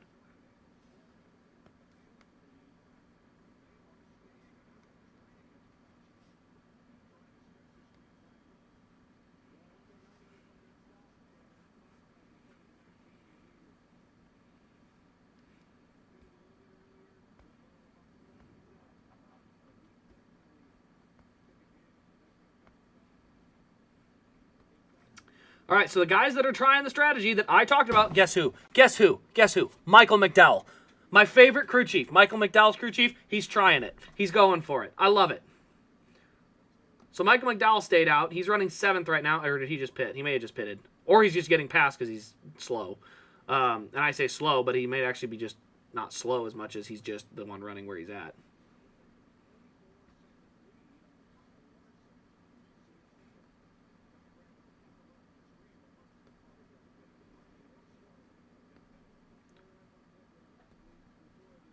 So Suarez is now pitted.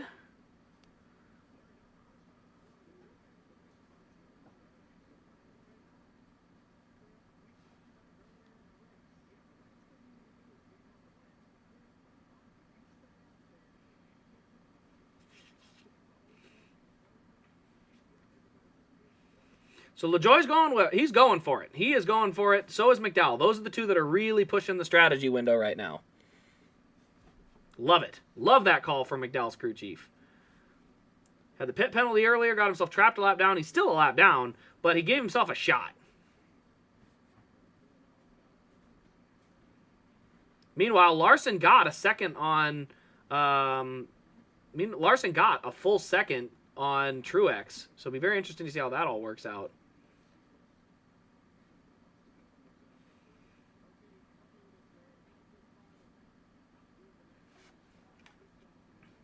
Lap time, though, Truex is beating him on the lap timer.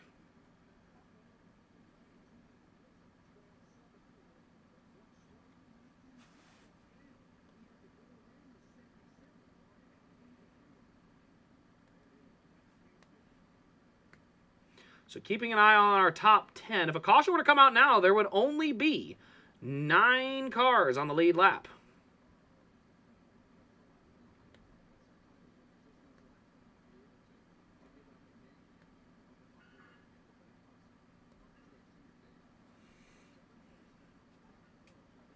Corey LaJoie's lap times aren't bad. 24.7 to a 24 flat. 24.1 is what Larson's running. So the lap times are definitely off by a small amount, but it's not enough. I mean, they definitely still need more fall off than this.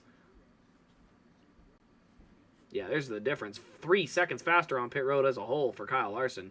A lot of it on the crew, a little bit on the driver.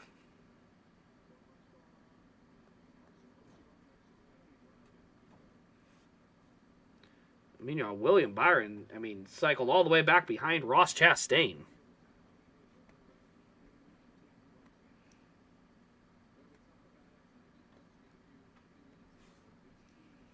So LaJoie will still have to pit, and he's the only one in the top 10 that is going to have to pit yet. Once that pit stop takes place, that'll cycle him down the running order and should put guys like Bubba Wallace into the top 10. 56 to go. They've run about 60 laps on fuel. No, sorry, not 60, 70. 70 laps on fuel, so he's got about 20 to go. So he'll have to pit with about 30 or 20 to go. Now, what LaJoie might be thinking here is that, hey, I'm not, even if I don't catch a yellow, I will probably be able to at least take the wave around. So that might be his gamble, is that he'll be a lap down for sure, but he'll only have 30 laps on his tires, and he can potentially take the wave around and get back on the lead lap, and there will probably only be a handful of cars on that lead lap when that takes place. So that might be what he's thinking.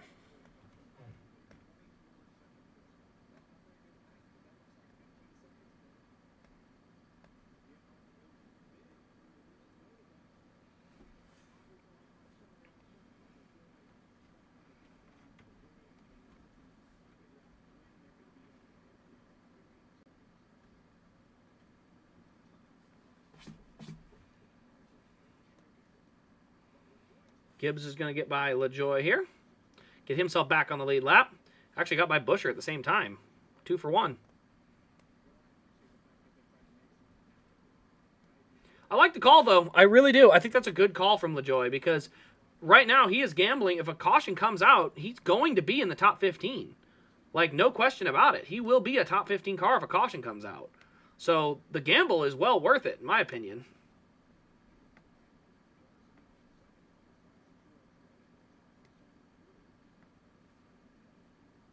So we'll have to see if something happens, though.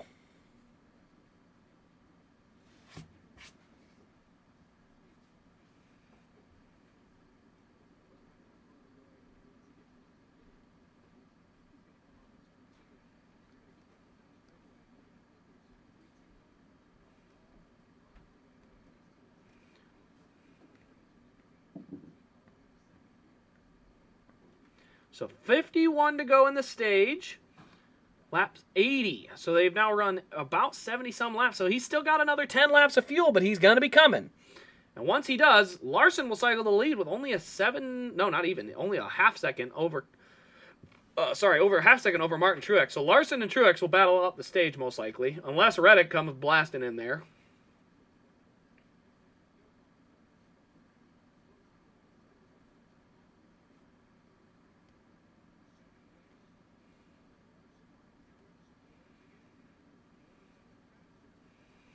.49 to go as they run. So the strategy has been a little interesting. I love the gamble from the 7. I think, I'm looking at it, but I think McDowell either has gambled or has already pitted. No, he has not. McDowell still needs to pit. He is a lap down.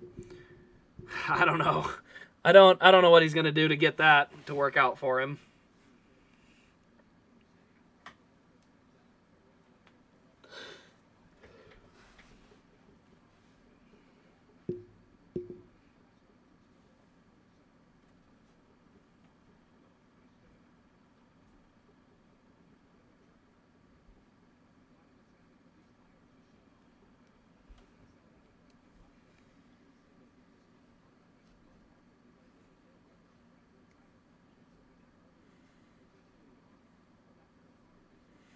Dude, if he gets a caution, I think, unfortunately, if a caution happens, it's going to be LaJoie. That's the problem.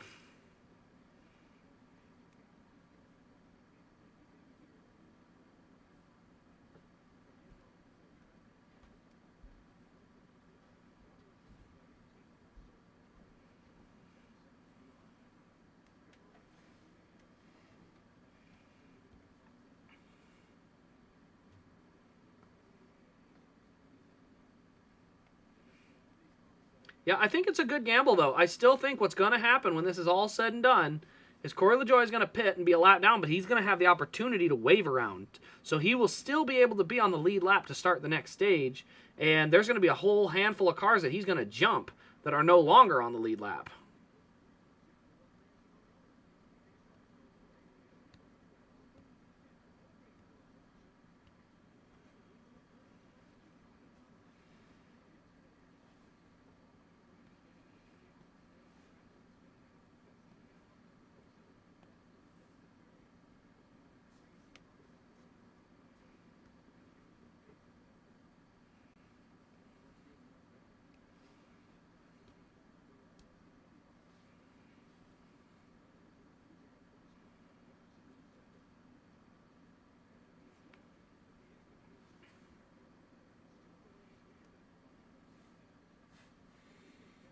It'd be nice to see LaJoie finish out the day and get a lucky yellow. That'd be good for him.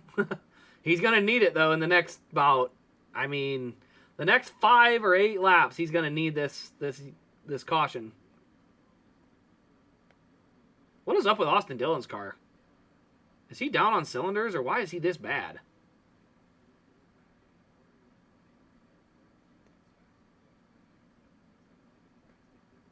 Oh, I think that's all the tires.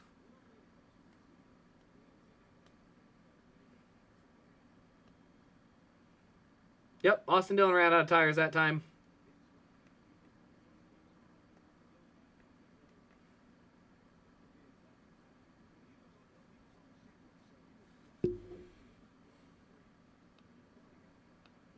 I think LaJoie is going to have to pit in the next 5 laps, just based on the pit window alone.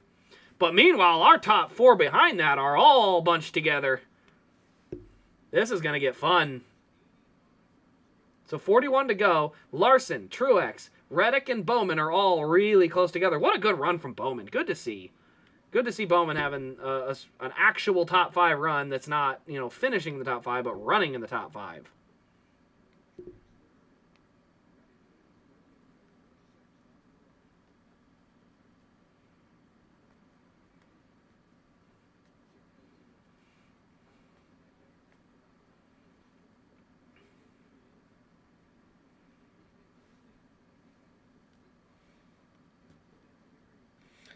Yes, Bowman has had a good day today. I mean, he has really driven his way up there. This might be a Bowman race. He's done a good job cycling his way forward through pit stops and just green flag running, making a pass here or there, and find his way to 5th. And when LaJoie pits, it'll go up to 4th.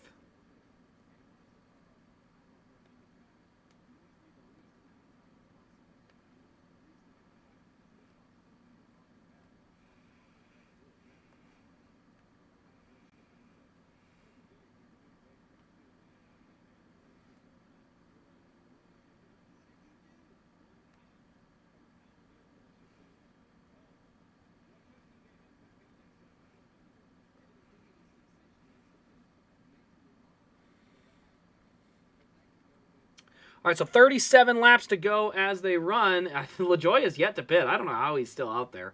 I think, well, I guess he's only hitting 90 laps soon, but, I mean, yeah, he's going to have to pit soon. He will lose a lap for sure. The question is just how much extra. Oh, Bowman by Reddick. Here he comes. That 48's got some speed today.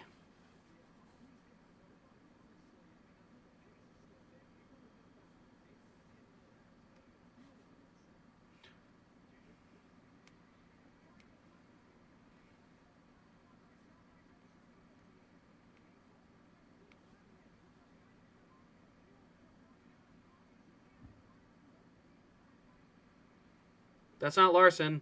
Jamie Little said Larson. That's Justin Haley.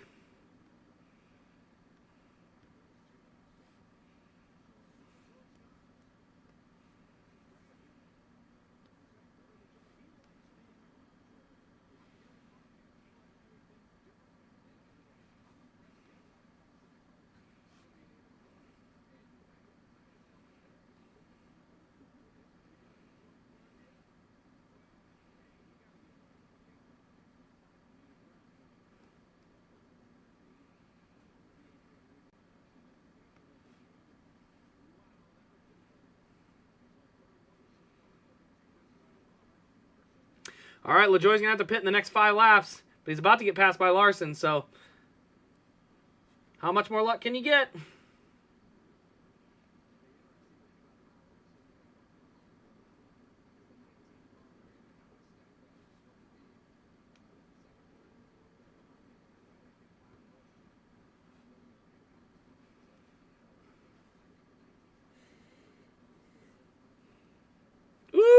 Wiggle. We got a wiggle out of him there. So that was Ty Gibbs and Bubba Wallace battling for will be 10th once LaJoie does pit. That will be the 10th spot. So Larson going to go by LaJoie. LaJoie's still on the track, though. So caution still helps, but he will be pitting, I assume, in the next 2 laps. And we're going to miss it because we're under commercial. Oh, DeJoy. No, I slid my way off the screen.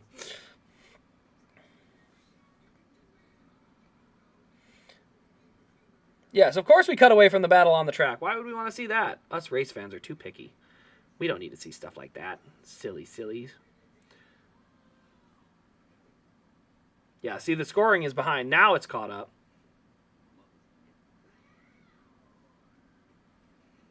Holy smokes, though. Our top 8 are 2.5 seconds apart. That's a tight field up front.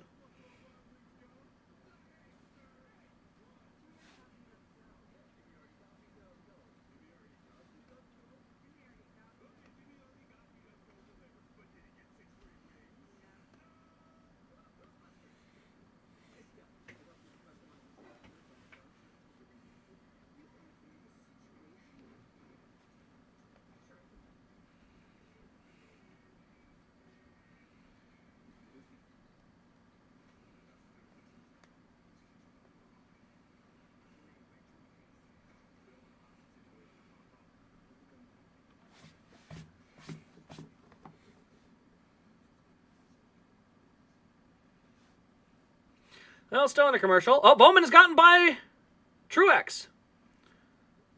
And Corey LaJoie either has pitted or is moving backwards. He's back to 7th. But looks like Alex Bowman is coming to play today, guys.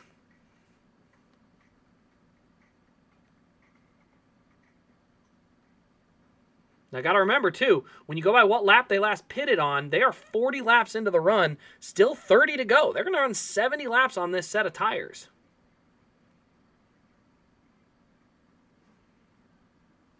That's all stacked up within 2 seconds of the leader. That's awesome, man. We got some good racing. Bowman to 2nd. He's closing, too. He's faster. And he's notably faster than Kyle Larson. Keep an eye on Alex Bowman. And Corey LaJoie has pitted. So that officially ends the cycle. But I am curious to see, do they pit now, 25 laps on tires, and then they're going to take the wave around. I like that idea.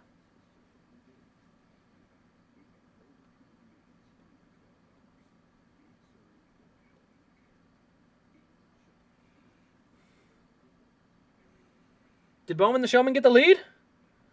He's up to 2nd. I can't see. I want to see. This is important. Come on, get back to the race.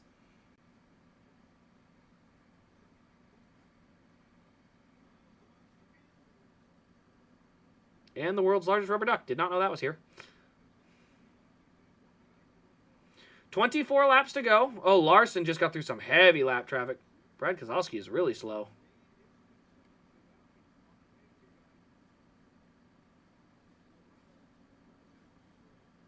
Man, tough day for Brad. Meanwhile, Truex under pressure now from Denny Hamlin. And here comes LaJoie. So LaJoie lost 2 laps, but he's on fresh tires. He will get by Larson real quick. And all he has got to do is hold that spot till the end of the stage, and he will be 1 lap down.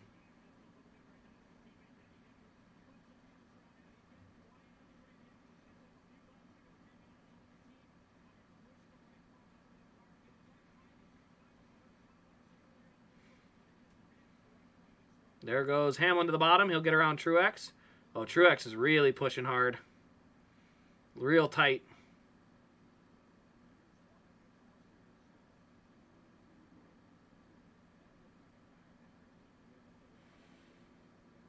The world's largest rubber duck. It is kind of neat. Although it's not a rubber duck, is it? It's an inflatable duck, isn't it? I mean, it's a rubber duck. That's even cooler.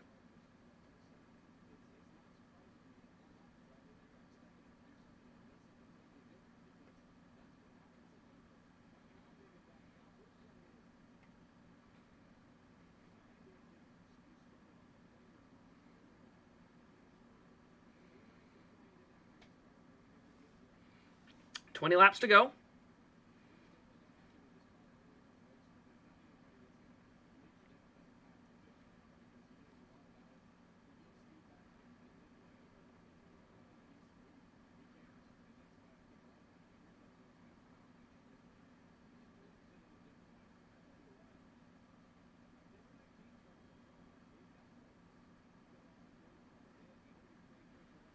Fox, what are we doing? What are we looking at?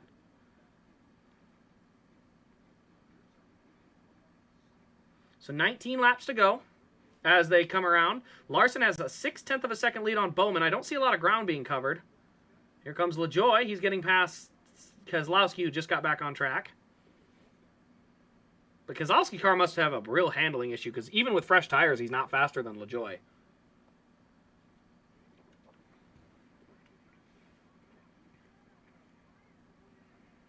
Corded a tire. Interesting.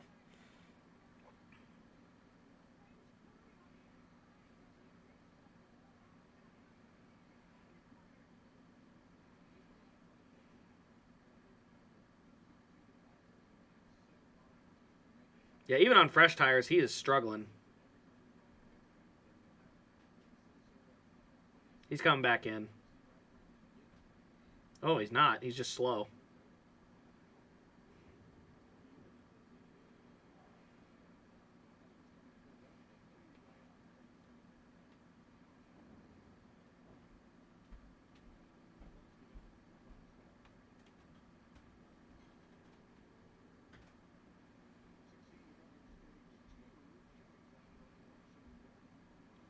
So 16 to go as they run. It's Larson, Bowman, Hamlin, Truex, Elliott. So all Gibbs and Hendrick. Then we have Kyle Busch crashing the party. Tyler Reddick, Ryan Blaney, Ricky Stenhouse Jr., and Bubba Wallace. So yeah, something's up with Brad. I'm not sure what's going on with that car. 15 to go, another commercial. Okay, whatever. Bowman is closing, though. He's getting there. What is up with the scoring thing today? He's within 0.3. We may have another battle for the lead coming to the end of the stage. This is going to be a good points day for Bowman. He got points in stage 1. He's going to get some more in stage 2 here.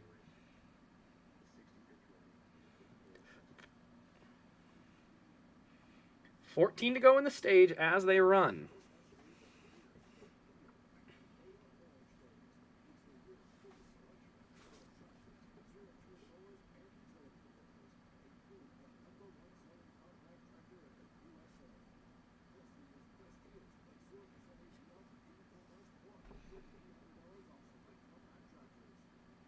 Oh, yeah. We're going to have a 3-car battle for the lead here soon. Hamlin and Bowman are both coming. 3/4 of a second separate all three of them. Yeah, Kyle's had a good solid run today.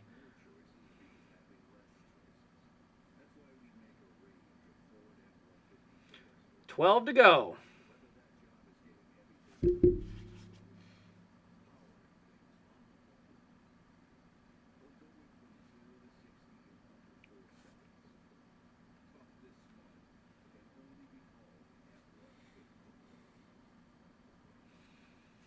All right, how's this battle for the lead shaping up? I'm still trying to watch it, but I can't see real well.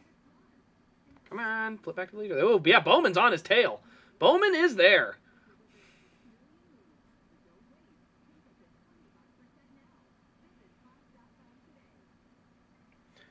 Come on, let's get back to it. 10 to go. Battle for the lead. What are we waiting on? This is the stuff we came to see. Come on, NASCAR. Or NASCAR on Fox. Come on, Fox. Show us what we're here for.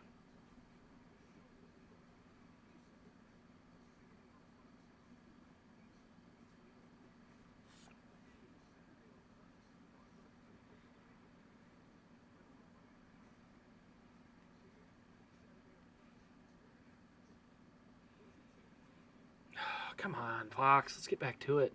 Battle has subsided for a little bit, starting to stretch that gap just a smidge to kind of keep things calm. Now we're back.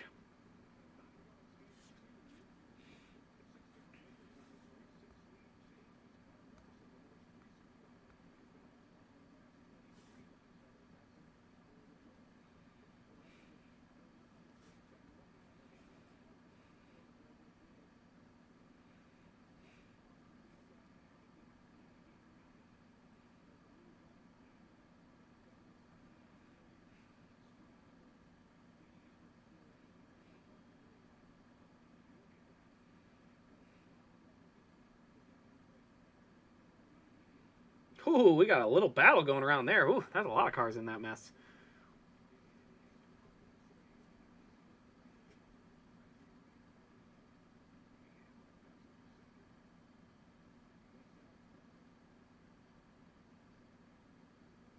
I kind of like that Hamlin car. That Mavis Tire Pro looks pretty good.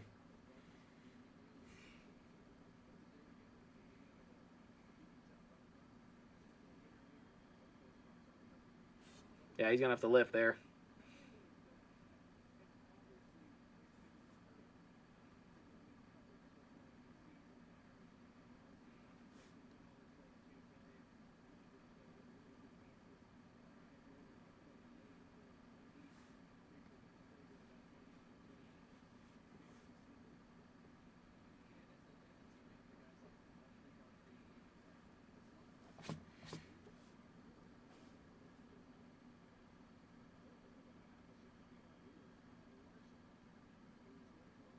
All right, so keeping an eye on it. We got 5 laps to go. Hamlin looks like he's battling... Oh, no, that's just a scoring error again.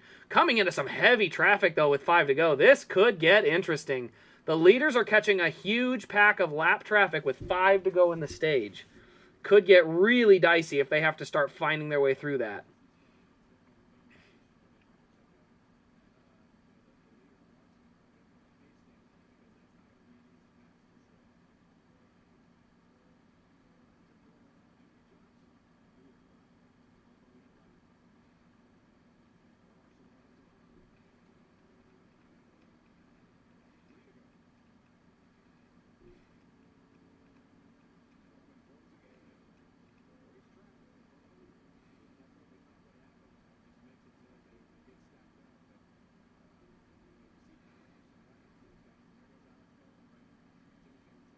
Larson's going to look 3 wide to the bottom. Fox! Oh, my God, Fox.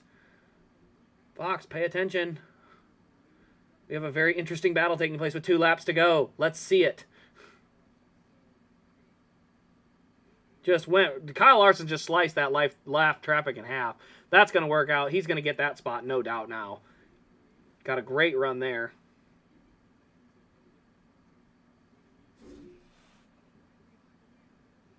We got a great battle going right now. Hamlin and Truex, and they're closing in on Bowman because they are all pinned behind a lot of lap traffic.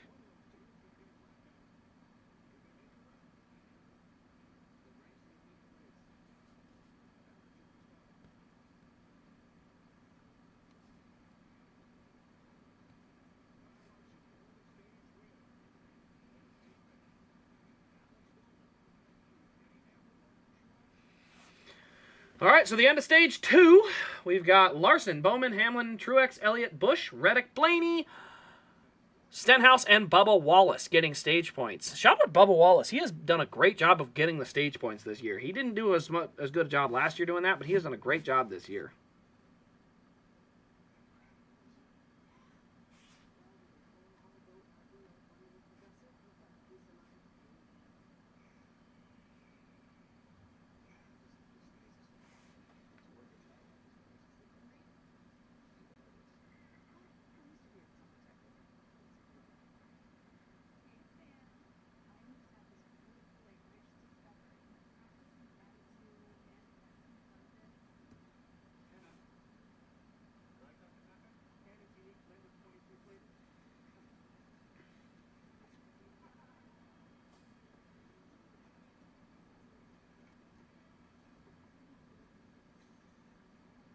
All right, there it is, yeah.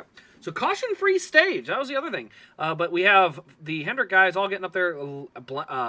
Byron actually faded a lot at the end of that stage. Got back to 17th.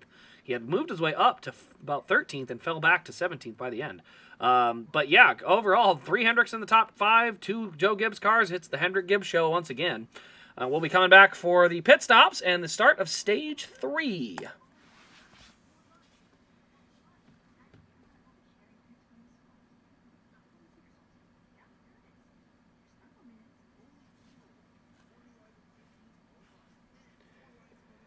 All right, still in a commercial. Ugh. Stretch them shoulders out.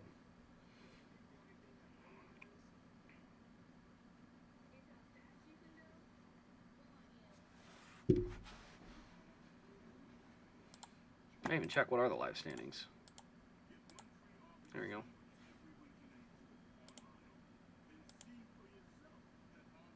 Why is it not working? Well, whatever. We'll stick with the timeline. That'll work for now. Let's head over to the chats here. I don't think Byron has a good long-run car. That wouldn't shock me. It definitely fell off midway through the run. I definitely would like to see some strategy out of the Stewart-Haas batch with Noah Gragson this time around. just to see what you could do with it. Now, there's 150 laps, so they would have to go 75 and 75 on these two runs. Personally, I think I would go split it into thirds and go 50-50-50. I think you've got a better shot because you will have, I don't know, multiple opportunities for good things to happen. Oh, it looks like we're waiting another lap to pit. Well, after the pit stops, I'm going to make my pit stop for the final stage, and then we'll be all back and ready to roll for the last 150 laps here at Dover.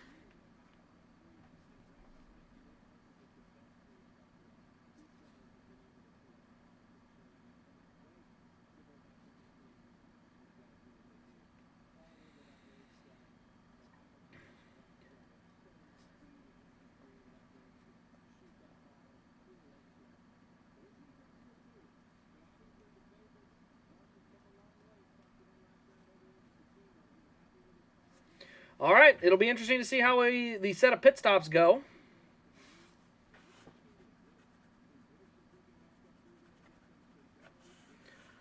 Get the old Race Craze hat back on. What are we waiting for? Let's go.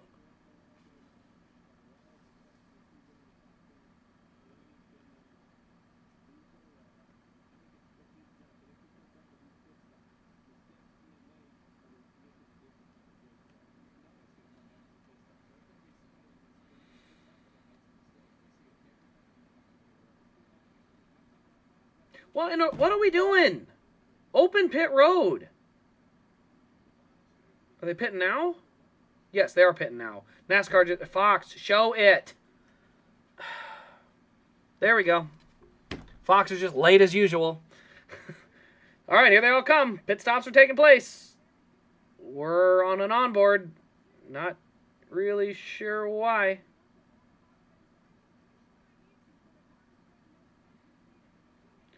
All right, Larson is out.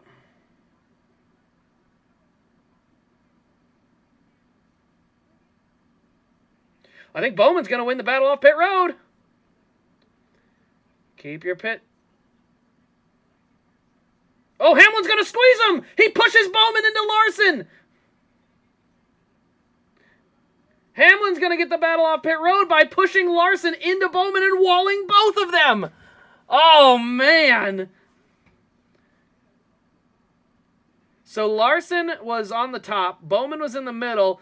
Hamlin was on the bottom, all three wide, and he just started moving up until Bowman squeezed into Larson. That contact made both of them lift, and then Hamlin's going to go to the lead. Oh, boy. Who would have thought the action was on pit road today? Think you're a lap ahead? You're not necessarily a lap ahead. My broadcast is delayed. So, like, for instance, right now, as I'm speaking, I gotta see here. Maybe let me wave my hand. I'm gonna wave my hand, and then I'll tell you when the wave hand actually shows up on the broadcast. I'm watching. I think it's about a 10-second delay. There we go. Yeah, about a 10-second delay.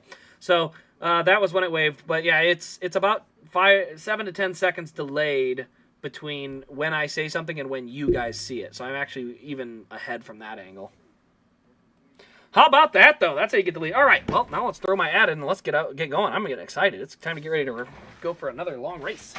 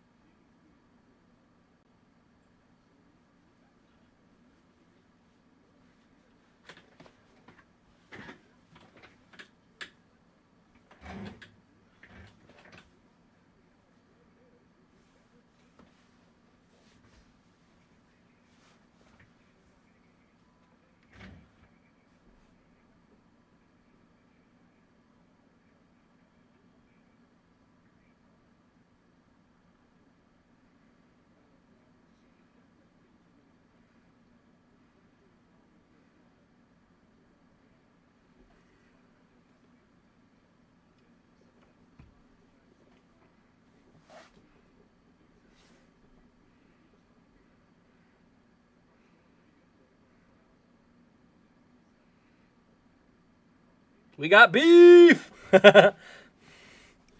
All right, coming around to the green. Stage points earned today. Martin Truex Jr., 17. Larson, 16. Hamlin, 13. That's our top three of the field. Reddick, 12. Like, all of our best guys got stage points.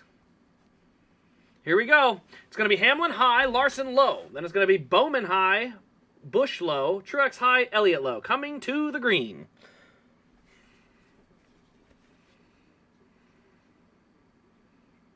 We missed the restart, and Hamlin jumped it by a mile. Holy crap. We missed Fox for... Oh, my gosh. All right, well, we missed the restart. Like, I mean, missed. Totally missed it. Because Fox's can't... Oh, my gosh, I am so frustrated at this crap, man. Hamlin was half a straightaway ahead by the corner. There's no way he didn't jump the crap out of that restart.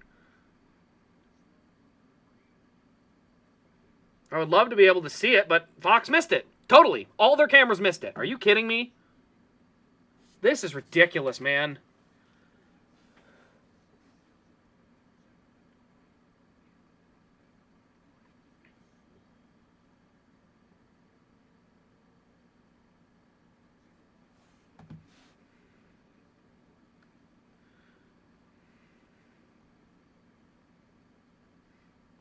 Love to see a replay of that restart because that looked kind of ridiculous.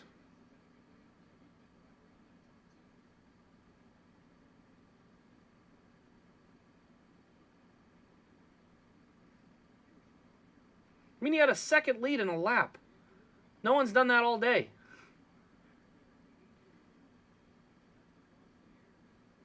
Nothing on here. So I think NASCAR called it good.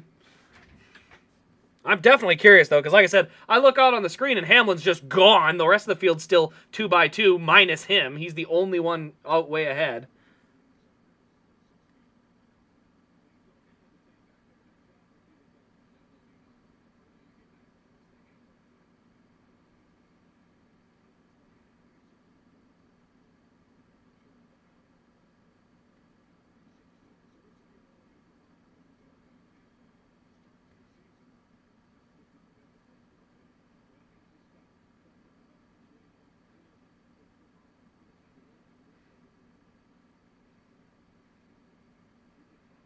Dude, Fox's camera works.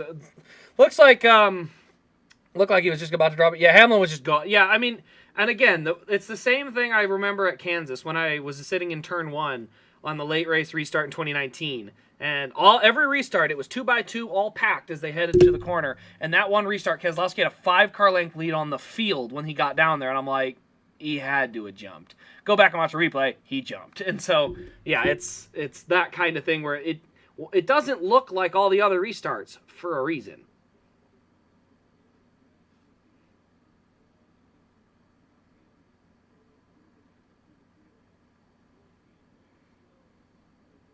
See you later. Have a good one. Well, you have a good one as well. We'll see you later. And enjoy hearing about the rest of the race, I guess, if you have to work. So.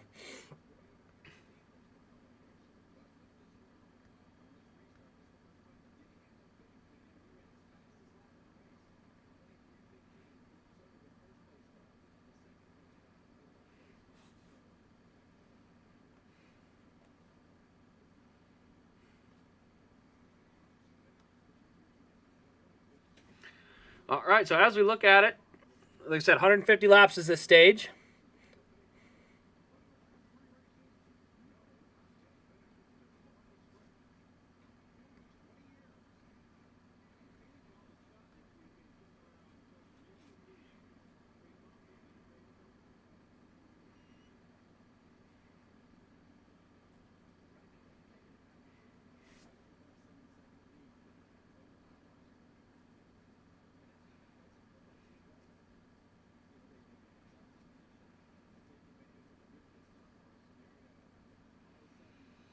Still a long way to go, but as we run, we've got, what is it? 1, 2, 3, 4, 5 Toyotas in the top 10 and 4 Chevys with only 1 Ford in the top 11. That's Ryan Blaney. Only 2 Fords in the top 15. Man, it's a rough stretch.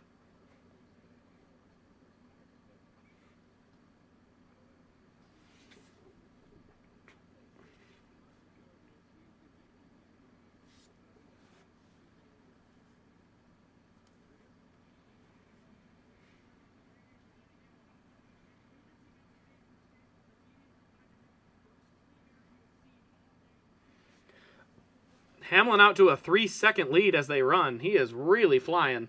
Are these tires going to hold on, or are they going with a 3-stop strategy? Because I am very curious to see if these tires can hold on as hard as he's running right now.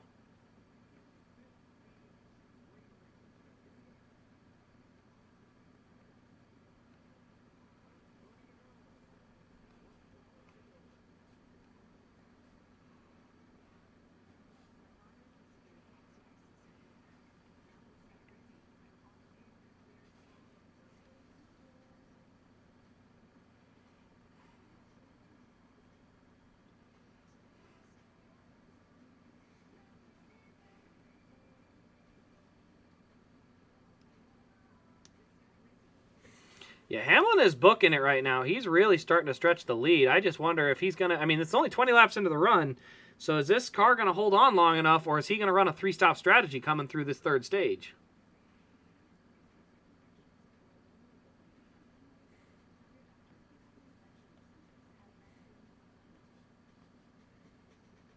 Oh, heck yeah. Hey, if you're going to go to Vegas to get signings, just remember this. Always check their website of the track. They'll show some events and driver signings. And also keep an eye on social media and some of the teams, because they'll sometimes say where the drivers are. So when there isn't an appearance, say like a Chase Elliott at a Napa, you won't see that on the track site, and you might not even find it on social media. You sometimes have to just scroll and see if a local Napa has an announcement. But that's how it can happen. And yeah, don't get the overpriced 124s of the track. Those are not worth it. I only have done it a couple times, and every time it's because it's a brand new release that just came out. Nobody has it yet, and I review it, and then I sell it because I don't want to pay that much. So I review it, and I sell it because somebody's always antsy for it, and for some reason bids it way up than it should be. But for me, I just want to be able to turn around and get the car out because I already have my other one coming.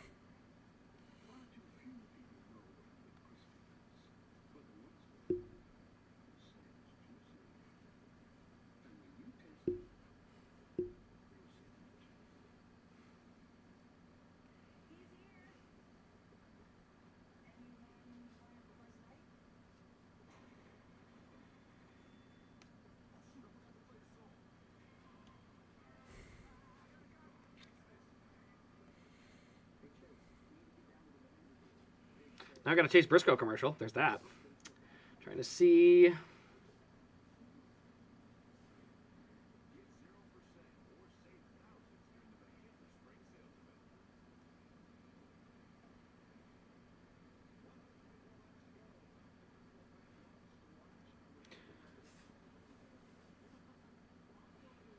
.3 seconds.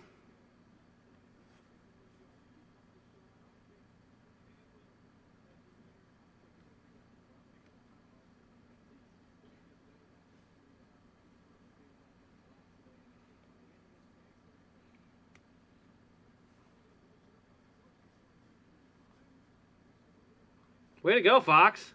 Mike Joyce says he's picking Kyle Busch, and they're showing Martin Truex.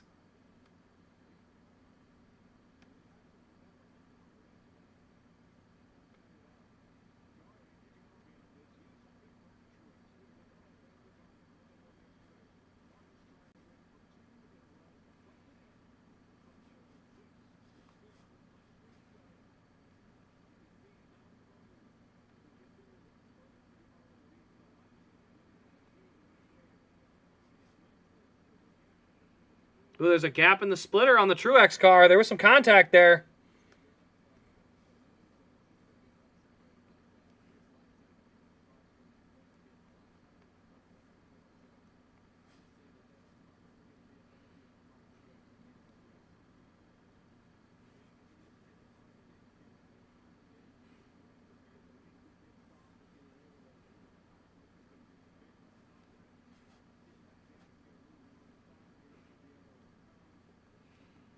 Hamlin is now starting to enter the lap traffic.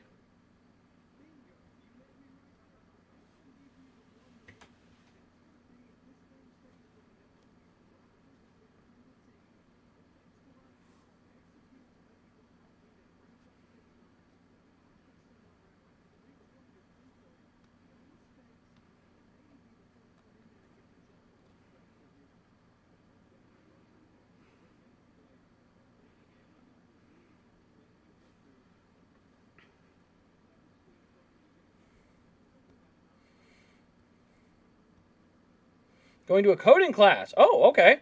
And if that's what I'm hoping, I'll make a NASCAR game or a Mario game. Well, the NASCAR one, we need better quality, so I'd prefer you go that direction. Yeah, Truex isn't going to sneak it up now. He's got damage on the car.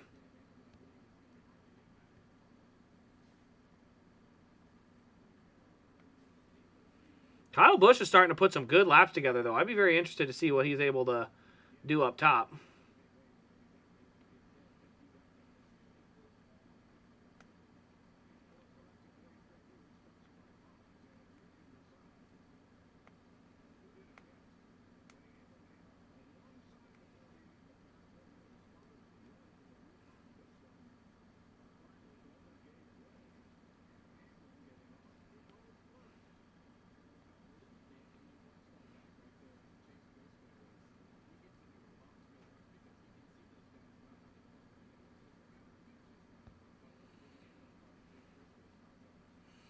So up to actually down to a 3-second lead. It looks like Larson's starting to close in as lap traffic becomes a factor. We'll see about how much that closing happens.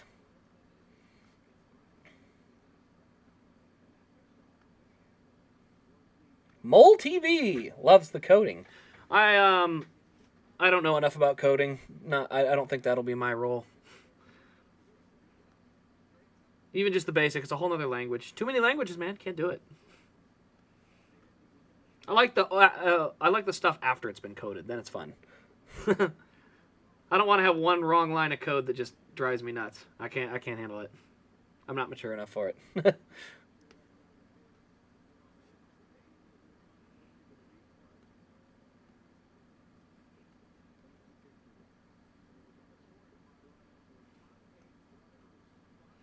All right, now if anyone was going to pull the two-stop strategy, they would have to pit here in the next 20 laps. Well, 20 laps is a long time, so not quite yet.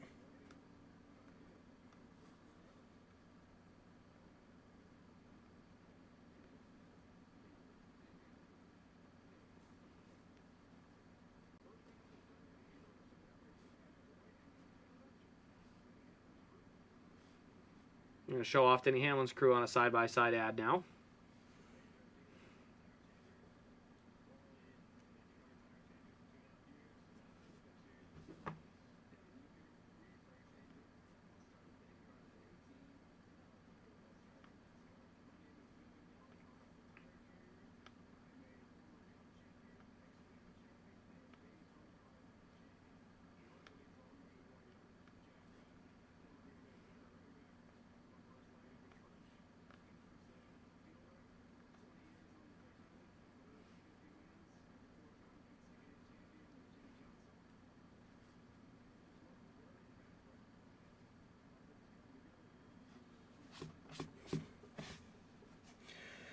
We gone green for too long? I don't think we'll go green too long. I think we are going to have a long green flag run, but I think we're going to see varying strategies. If I'm Noah Gragson, I want to pit on lap 50. I'm gonna two-stop this stage, and I'm gonna hope to see what it'll do.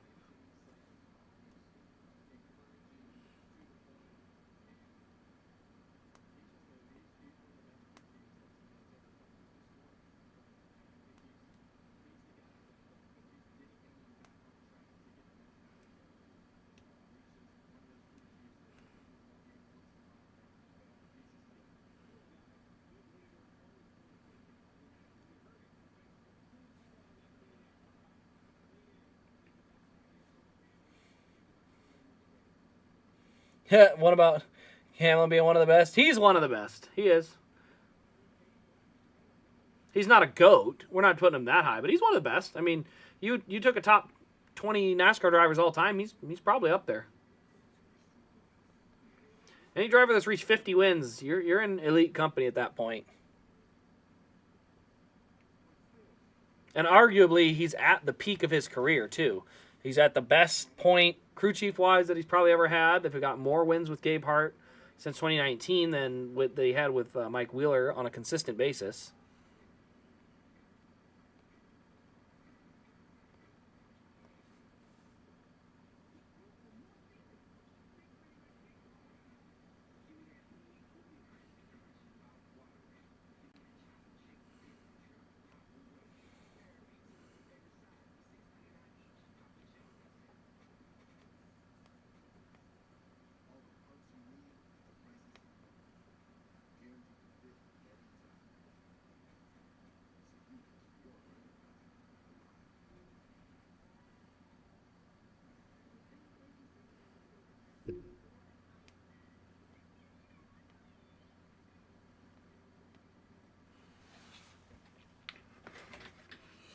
All right, so keeping an eye on the current running order.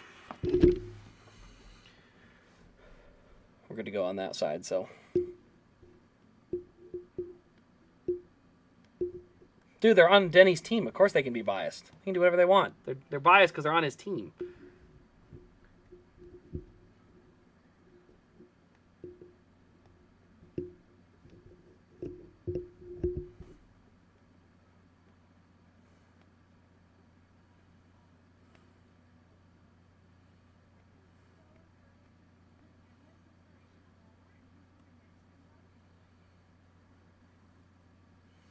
Lead is up to 3.2 seconds as we're watching. So starting to stretch it out. I'll be very curious to see what the lap traffic looks like as Denny gets into all of that. I think Denny Hamlin is better than Mark Martin personally. I know Denny doesn't have a championship, neither does Mark, but I just, judging off of the level of competitiveness and how competitive they've been. Now, Mark Martin was competitive for a very, very long time. So there is definitely that, but I don't know. It's hard to, with all the wins, I mean, I think he's got Mark beat on wins, so. And he's not done yet. And he has his own team. So there's some factors like that that are going to help with his, like, Hall of Fame, whatever you would call it, Hall of Fame ballot. So we're going to Dover crank it up with 100 to go. And this is about the time, if someone was going to try it and do a two-stop strategy, this is when you would do that.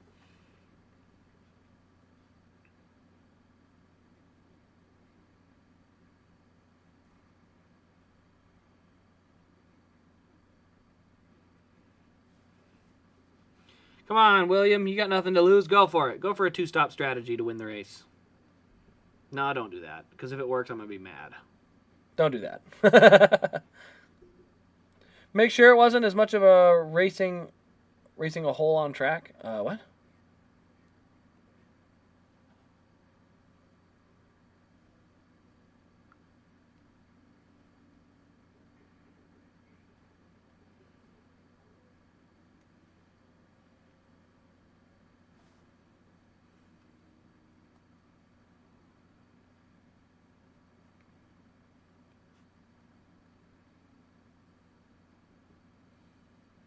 So the gap is starting to shrink. Denny has definitely caught some pretty hefty lap traffic. Lap 303. They're 51 laps into this run. They're going to probably go to 75.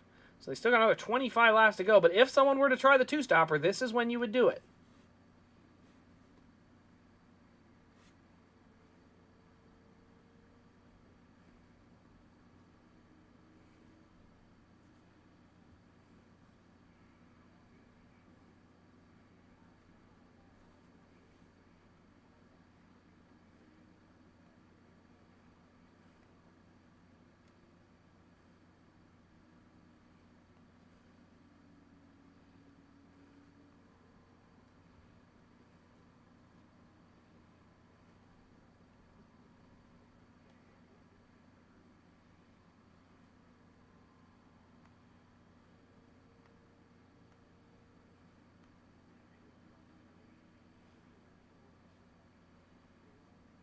All right, 305. They're doing a crank it up right now. Still watching that lap timer. Larson continues to close, but Hamlin just got out of the mess of lap traffic, so he may be able to stretch that gap back up. Didn't read that right at all. It says Mark sure wasn't as much of a raving a-hole. Okay. You got to put a dash in there. That's why I couldn't figure it out. That's where I need that dash for an a-hole. There we go. Okay, now I see what you're doing. I thought you had a typing on racing because the V is next to the C on the keyboard. So that's where I thought you were going with that.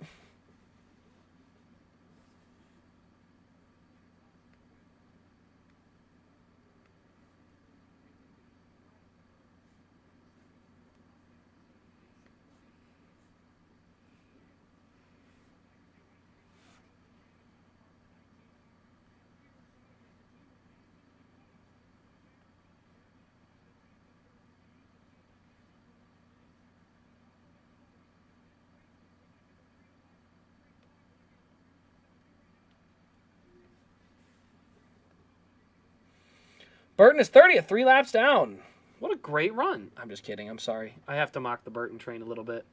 I think you're a Wood Brothers guy, though. So you got to root the Wood Brothers, but I think if they were to put a different guy in that car, it might be beneficial.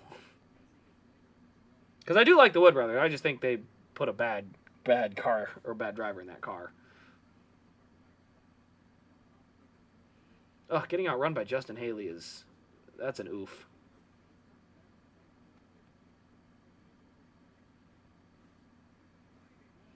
Back to commercial. Okay, we'll do it again. Why not?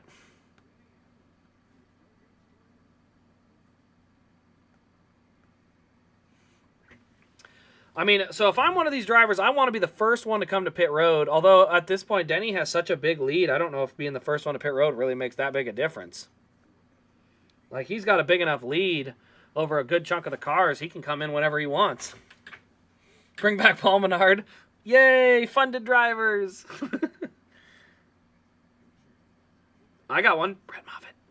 No, he's on a Toyota now this year, but...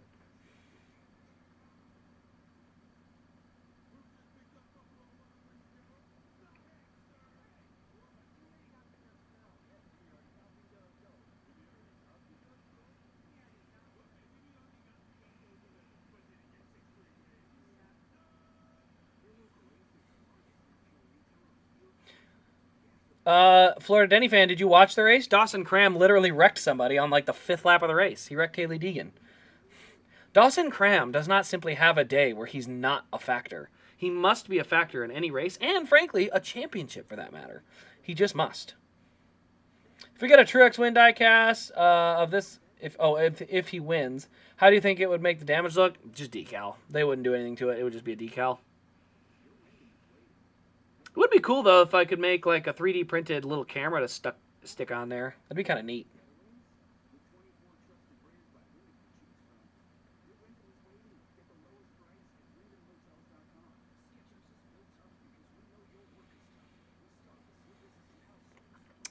Yeah, I think give it. I mean, if you're a team, you got to just give the good driver a chance, and then say that, you know what, we're gonna give him a chance, and we're just gonna assume that the sponsorship will get there eventually. And generally, that's what happens. Also, Alex Bowman fell off the last couple laps. It looks like Kyle Busch has gotten into 3rd. Could be a KFB day. Who knows? KFB's done a good job scoring just a lot of points today.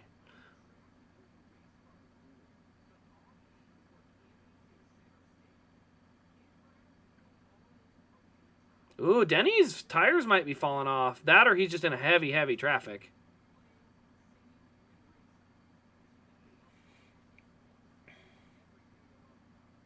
He didn't stuff himself in the fence, which is shocking. But yeah, J.J. Haley wasn't happy about it. I know, because J.J. basically said either he did it on purpose or he's just an idiot. It's like, sorry, he's both.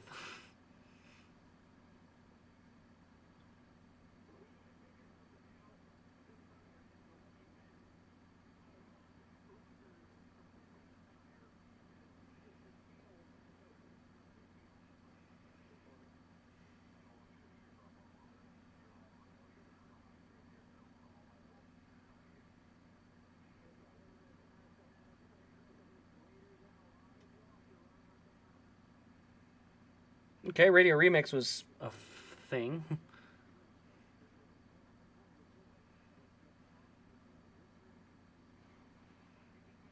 Here comes Martin Truex, 83 to go. Truex will be the first to pit road.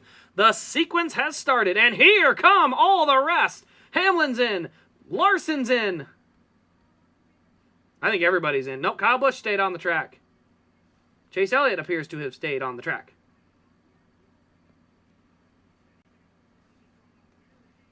Boy, that's an early stop. 67 and 82.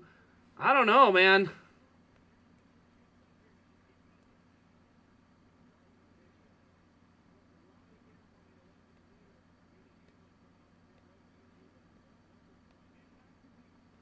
Hamlin got beat off pit road. Larson beat him.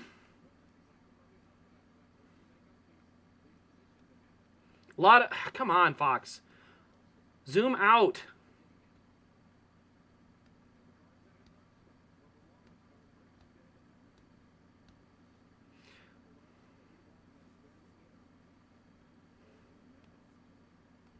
All right, a lot of stops taking place. As of right now, Bubba Wallace is the leader. He is currently coming to pit road. Noah Gragson, are you going to stay out? Stay long? Or is he pitting now? No, he's pitting too. Dang it.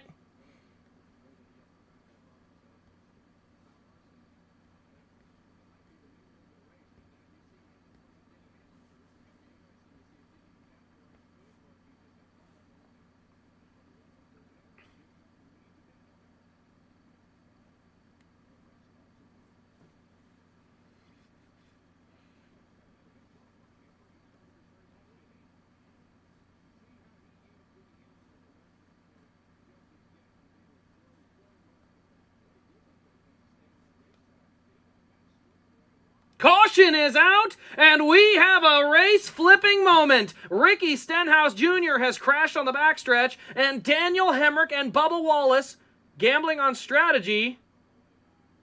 Why is he just scraping the wall?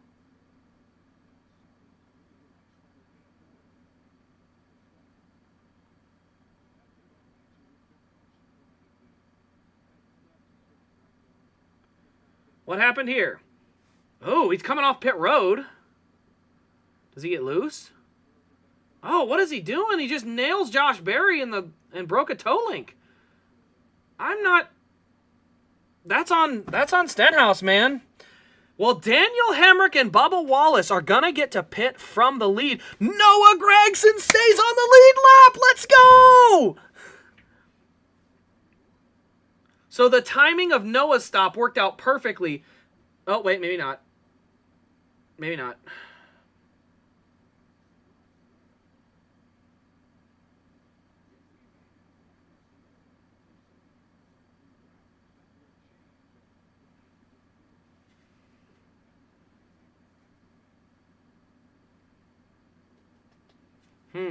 I'm not sure if Noah, the scoring pylon had Noah there. Now I've got him 13th.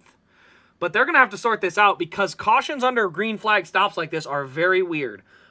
Because they score guys that are on pit road or coming off pit road very differently. Noah cycled out 13th, which is a notable amount of spots behind Ryan Blaney. However, if he was on pit road and hit pit exit and the caution came out right then he got passed by all those cars, he'll get to get those spots back. So this is going to be interesting. NASCAR's got a lot of work to do to clean this up. So big opportunity for guys like Daniel Hemrick. He's going to get a chance to pit and stay out, or he's going to pit now and be the last car on the lead lap in 7th or 8th. It's showing Noah again. I think Noah's going to be the last car on the lead lap. Let's go. This is huge. What a break that Noah needed to really help keep him in the race today.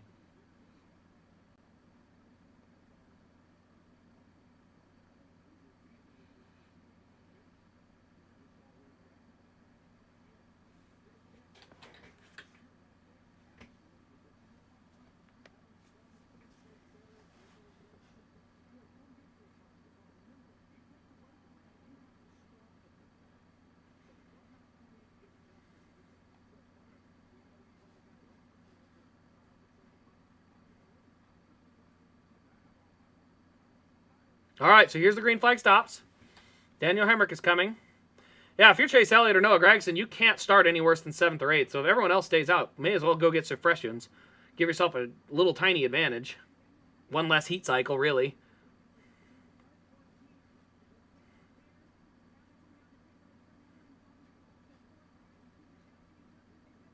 Did anyone else pit? Fox, can you... Hello? Hello? Stalled the car. Kyle Busch came down!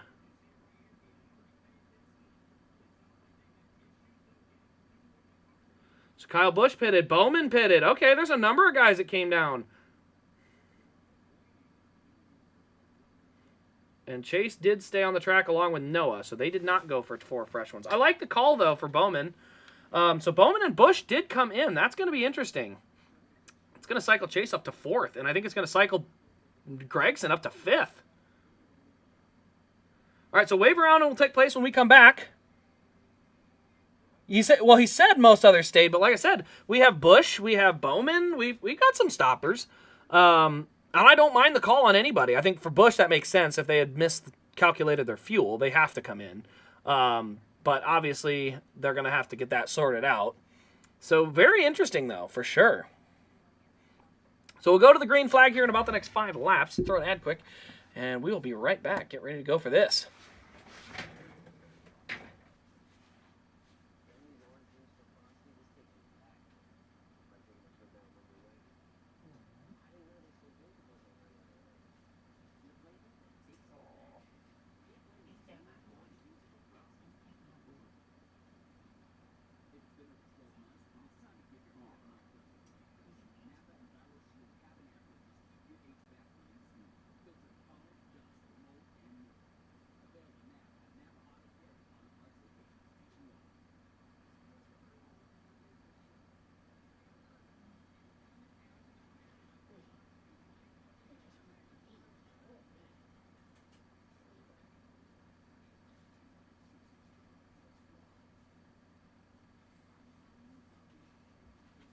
Alrighty, let's get to some chats here. So not mad at AG. I'm indifferent. I don't mind it. If you can get into the front 2 rows, I think it's a good gamble. Because at the end of the day, he would have probably come out... Hamrick's going to drop. So he would have come out 7th, probably, instead of 4th. 7th or 8th. Yeah, so he's... It'd be one thing if he was going to come and start 6th versus 7th, but we're talking about starting 4th versus 7th or 8th. 4 spots is worth it. Yeah, if Busch and Bowman didn't pit, they would have stayed in line. He would have currently been running 7th, and he could have started 8th. So 7th versus 8th, I say do it. But because Busch and Bowman came in, yeah, I'm okay with the staying out. I think that's a good call.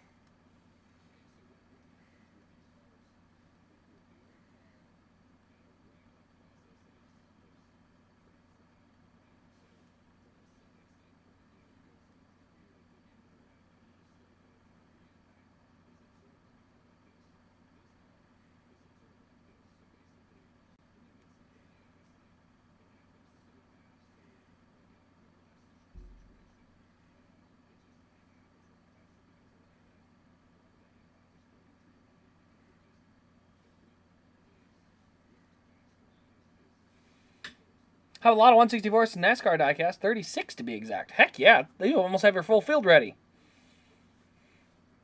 Well, AJ, he's going to have to beat Denny, Martin, and Kyle. So he's got 3 of the best that he's going to have to beat to make that happen.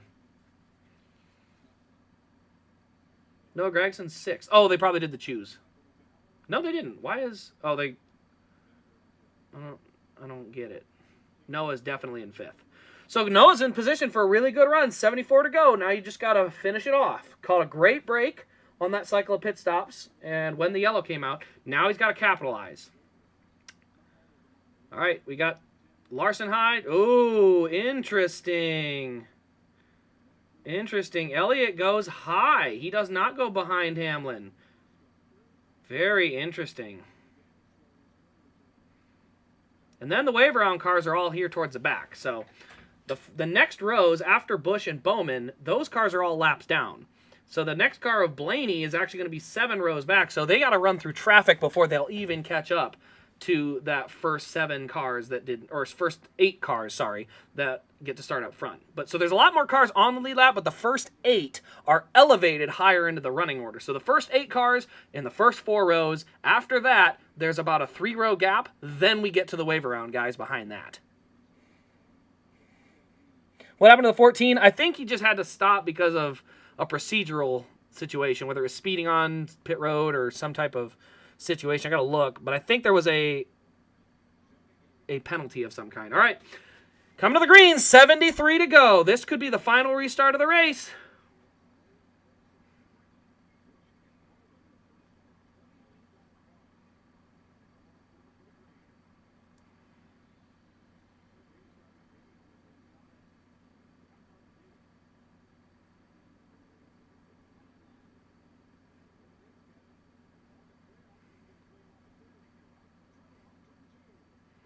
Big crash. Bubba's in it. Bella's in it. Byron's in it. And just like that, we are going to have another restart. And Noah Gragson has found his way to 4th. Man, a promising day for Bubba. He ran up front in the top 10 most of the day. and then Calamity catches him late in the race. This is bad luck. He can't have too much of this or he's going to miss the playoffs. He had such a good start to the year, and then these are just the bad luck issues that seem to plague him from time to time.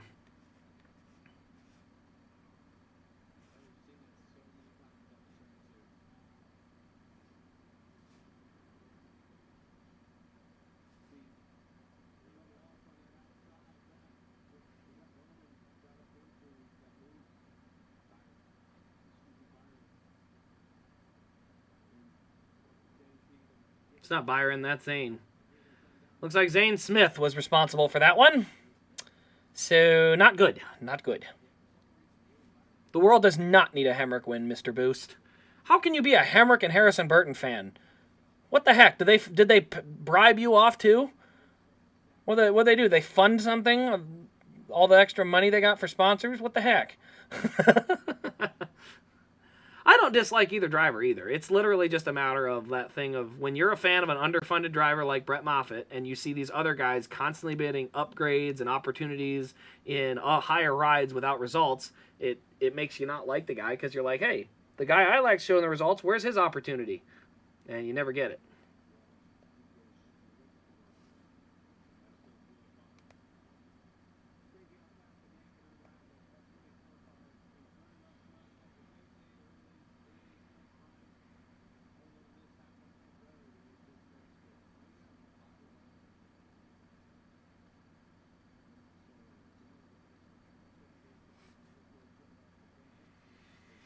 So up front, we're going to have Hamlin, Larson, Truex, Noah Gragson. Oh, come on, Noah. I want you to go. I want Larson and Hamlin on this restart to go do something stupid or wild or one or the other. And then I want to see Noah Gragson sneak his way to the lead. Like, I want to see contact, two guys go up the hill. Truex has to check up, and then Noah just squeeze through. That'd be awesome. What did I think of the NFL draft? Well, my Vikings did a great job in the first round. They actually traded back with my Jets, so that was fun. But yeah, so the Vikings got J.J. McCarthy. Good. I like that pick at 10. I'm glad they didn't have to move up too far. They moved up and gave up a 5th. Whoop-de-doo. But I'm glad they still have next year's first, and they kept this year's first, so they ended up with some pretty good value as far as that. I know a lot of people don't like J.J. McCarthy. My whole thing is the guy just wins football games. All he does is win football games. And to me, that's all I care about. I don't care if he's the next Patrick Mahomes. I don't give a rip. If he wins football games, that's all I care about. So if he comes in and throws for only 1,000 yards and hands the ball off or does very minimal work and his stats look like crap, I don't care if they're winning games. They're winning games. So that's my whole thing. So yeah, if you're J.J. McCarthy, win games. That's it. And then Dallas Turner, trading back up and getting him, good grief. I was pretty happy with that. So yeah, I like the Vikings draft class. I think there's only about 2 guys that, I think are going to play in the first year. Some of those other guys have a lot of potential, but they're high ceiling guys. They're not going to be ready in the first year. And then New York, offensive line in the first round, that's the right call. Right call for them. They got a good wide receiver in the 3rd round who is known for yard after catch. That's kind of his specialty. So with Aaron Rodgers, I like that as a good combo. So overall, I'm okay with the draft on both sides. I think they both came out. They got what they needed out of it. I think they're going to be able to supplement with free agency, but I like what they got. Chiefs did amazing. The Chiefs, here's my problem with the Chiefs. Because they are a good, well-coached team. Whoever is coaching their wide receivers needs to be fired. He is bad. Because even Tyreek Hill somehow lost the ability to catch a ball in Kansas City. Like he just forgot how to catch or something. I don't get it. Why do Chiefs receivers drop the ball all the time? I don't get it. I mean, Minnesota receivers don't drop anything. Hardly ever. Like, a drop is very rare. Kansas City, because my cousin's a Chiefs fan, so I go to multiple Chiefs games a year. They drop a lot of passes, man. So, don't get me wrong.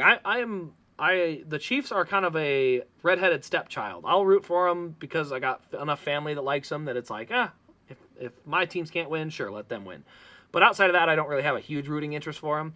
But that being said, I've watched enough of their games. For crying out loud. Like, the playoffs they started catching, but during the regular season, they led the league in drops. So, I like the speed. I think they have another lethal weapon, but if you can't catch, it's not going to do you any good. Yep, Byron, Bubba, and Bell are all out. So, actually, no, it says Bell's still in. Interesting. I thought he was out.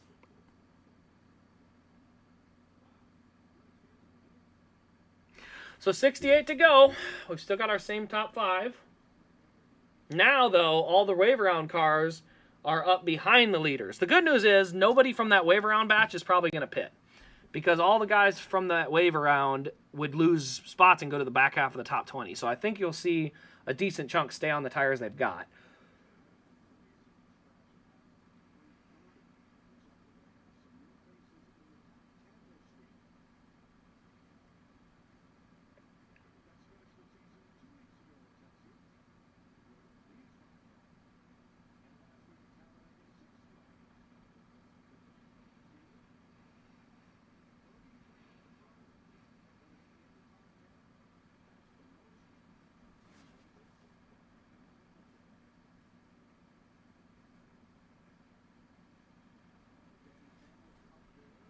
So 67 to go, probably around 60 to go when they go. Yeah, Bell was out too, so they're going to clean up the rest of the track, but hey, it's anybody's race right now. Those front 3 guys are definitely the guys to beat, but that doesn't mean that there's not potential. I don't think Hemrick has a fast enough car to get there, but Busch, I think, has been pretty good today. Bowman's been good today. Blaney's been good today, but they're going to have to get to the front, and I think to get there, it's going to take a lot of cautions. Noah didn't get any stage points, so unfortunately that's the issue. Is he got 12th in stage 1, 19th in stage 2. So that's where I've said Noah's issue this year has been he hasn't collected stage points. He's run decent and run near the top 10, but when it comes time to pay the bills and get those stage points, he hasn't snagged them yet. So the good news is he's in position to snag a top 5. That's a good day, but gotta have to snag some stage points if you want to get to the playoffs. As a matter of fact, while we're looking at it, let's go look at the live standings. Crap. Oh, it worked this time. So here's the live standings. As they run, Larson, Truex, Elliott, Hamlin, Reddick, Byron would drop to 6th. Then there's Blaney, Gibbs, Bowman, Chastain. Kyle Busch up to 11th. Chase Briscoe 12th. 13th, 14th, and 15th. Bubba would be the last guy in. Christopher Bell actually would fall to 16th, which would actually mean Bubba's the first guy out, because he would be a guy with a win. And then Daniel Suarez is down there even further. Interesting. Now where would... Oh, Noah Gragson would be up to 20th in points if he can hold on.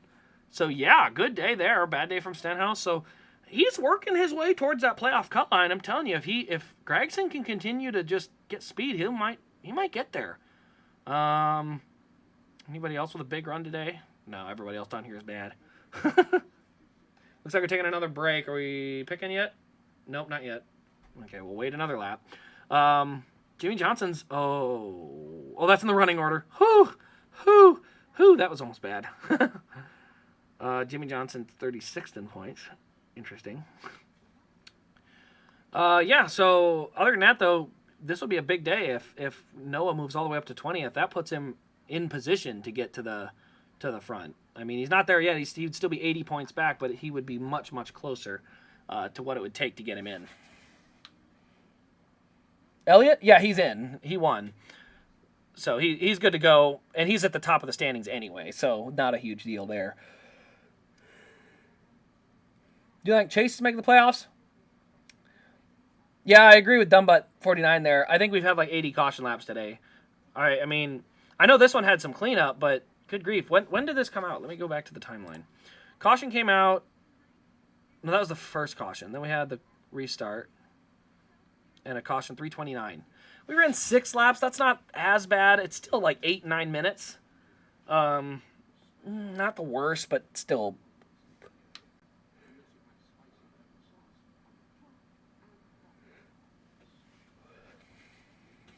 But without the win, hypothetically, he could miss it. Yeah, but Chase is too good at points racing. I mean, look at him. He's a top 5. He's got 7 stage points today. Like, that's the thing is he almost scored enough points to get in last year, and he missed 10 races. So it's like he scores the points. He'll pretty much make the playoffs every year he's racing, barring injury.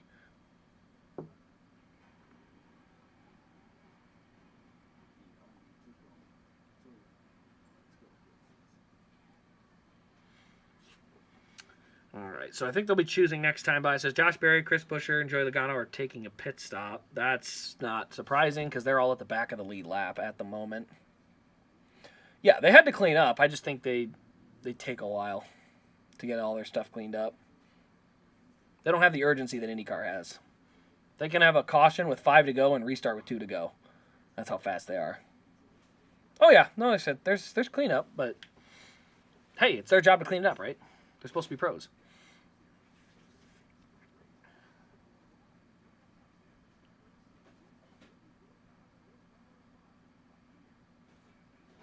NHRA was at Charlotte this week. Okay.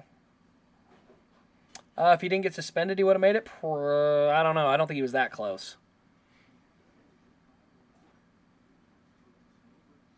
All right, here they come for the choose.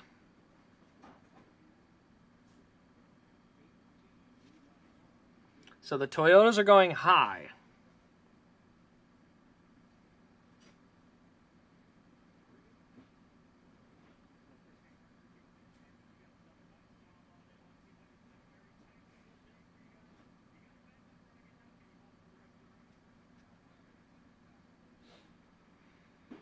So they'll restart with, what is that, 50, 60, 62 to go. So it'll be a 62-lap run to the end. Freshest tires are on Daniel Hemrick in the 31 and Kyle Busch. They pitted on lap 323, so they have 5-lap fresher tires. But then you go to the guys that have brand new tires, they're 15th on back. So Josh Berry leads the group that have the brand new tires. Green flag-wise, none of these guys really have that many green flag laps on the tires either way. So we shouldn't see a massive difference in tire strategy here on out.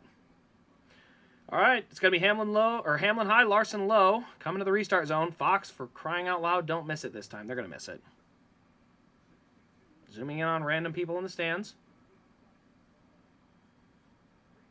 We missed it. We missed it again.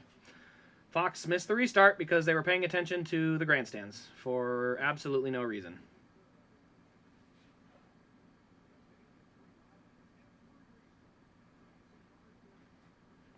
We literally can't see. Fox is zoomed in so poorly on all these cars, we're missing the battle for the lead. They're showing 11th. And Hamlin does get away with the lead.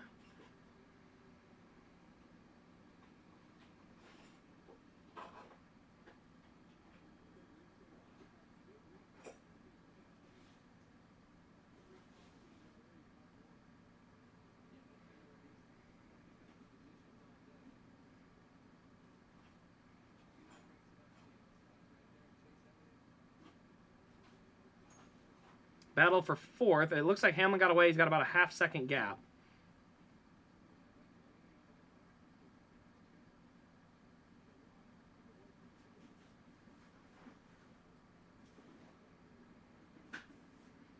So 60 to go. Half-second lead for Hamlin. Truex is now 3rd.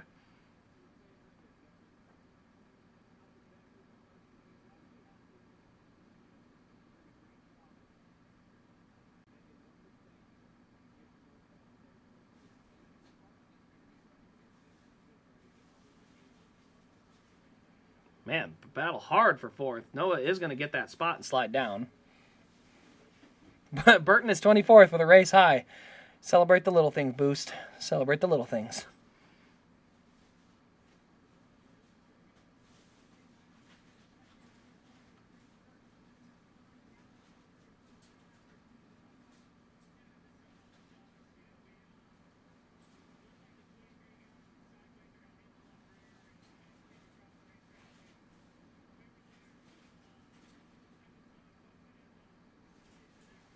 Ross Chastain has found his way to the top 10. Not just found his way to the top 10. It looks like, did he just take 9th? No. Yeah, he did. He just took 10th. Okay. So Ross Chastain, late in the race, making a little bit of a rally here.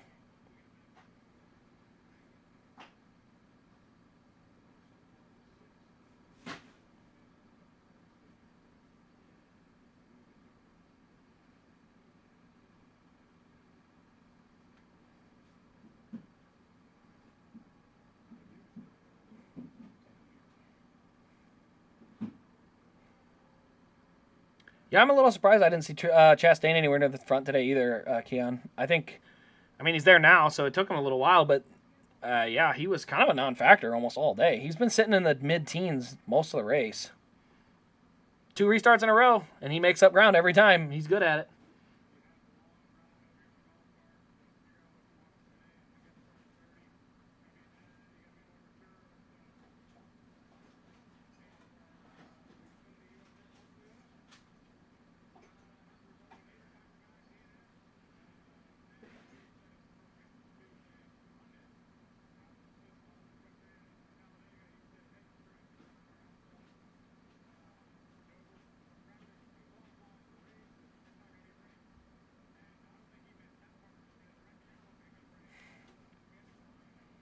Thought he was going to be a threat to win. Yeah, I'm a little bit surprised he wasn't closer to the front, but I mean, he's up to 10th now. I mean,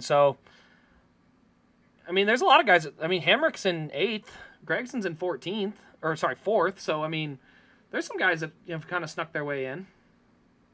53 to go yet.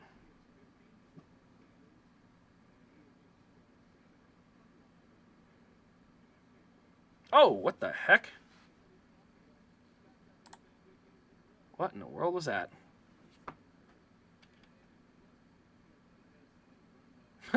Well, randomly lost my leaderboard there.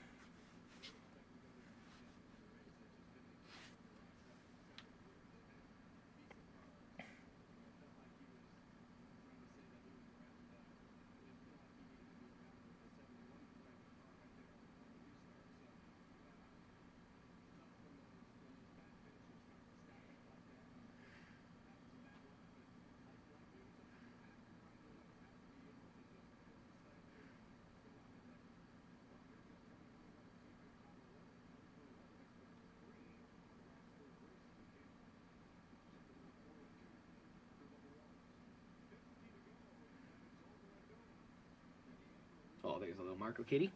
All right, so heading to a commercial with 50 to go, but there's really nothing happening. Everyone's single file, just kind of waiting on the tires to wear out and hit lap traffic, essentially. Right now, there's nothing happening.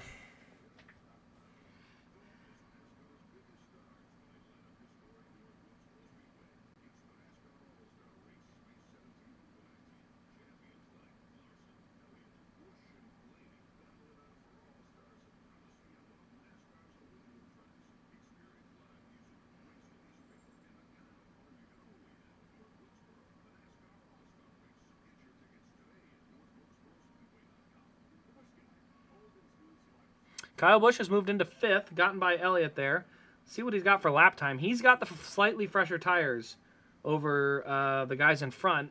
I don't know if he's got enough pace, though, to get there. He's 4.5 seconds back. He's pretty quick, though. They get into lap traffic. Kyle Busch may have a shot here.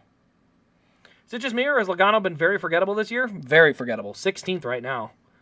I mean, even of the guys who has brand new tires, he's not running well. Like, oh, I mean, Barry is further up than that.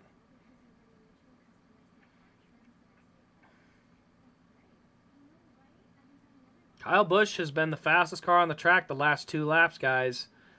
I know he's a ways back there, but he's got those fresh tires.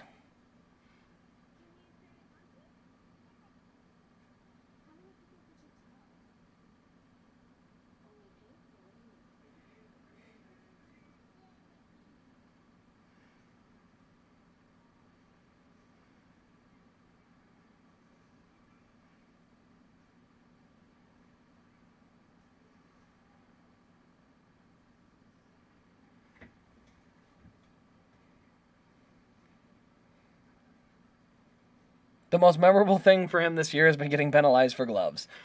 Yep, pretty much. And he won the pole for the Daytona 500 using the cheaty gloves. Yeah, Bowman went in and got those tires, and it has not worked at all for him, so I definitely like Alan Gustafson's strategy. Fortunately, he picked the bad lane on the restart and has gotten literally lost spots on both restarts so far. But, yeah, other than that, I have actually really liked that strategy call. Because Kyle Busch has gone forward, but Kyle Busch is better in traffic from what I've seen.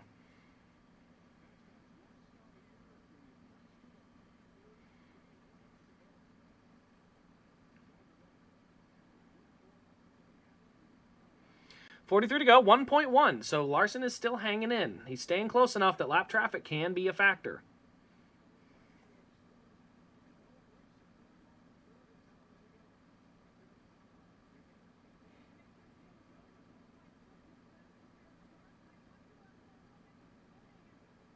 Byron fans are all leaving. Yeah, I don't know. I've never left a race early. I always stick around to the end. Even if my guy's not in, I'm there for the race. Obviously, I'm going to root on a guy, but I'm also going to just root for the race.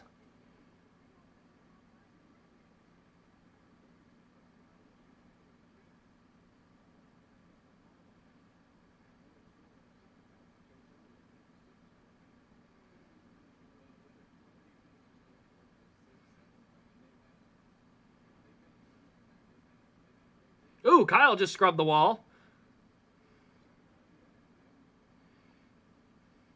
He's pushing. Kyle is pushing hard.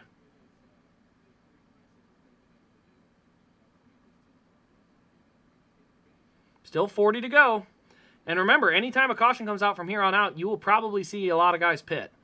There's enough tire fall off on here that you would probably see some pit stops.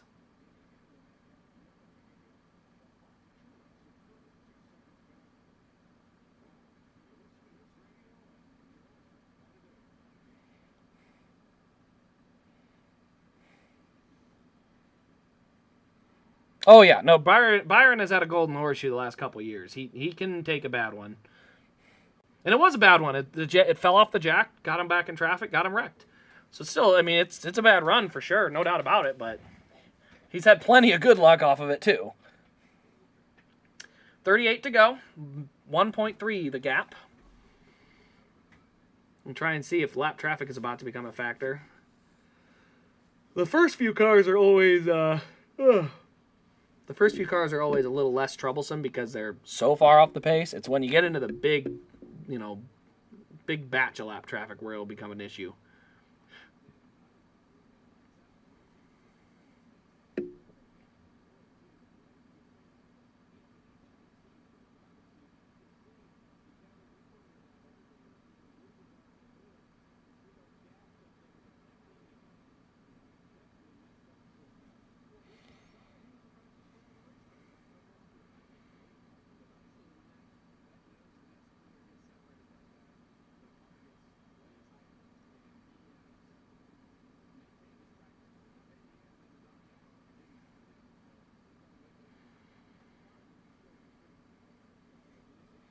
Kind of funny how everyone was clowning on Gregson last year, and he's been getting top 10s and top 5s. I mean, yeah, I think the 42 car is just obviously not as good as the 10. So, him, as much as everyone was mad about him getting the boot, I think it was the best thing for him was to get out of that 42 car.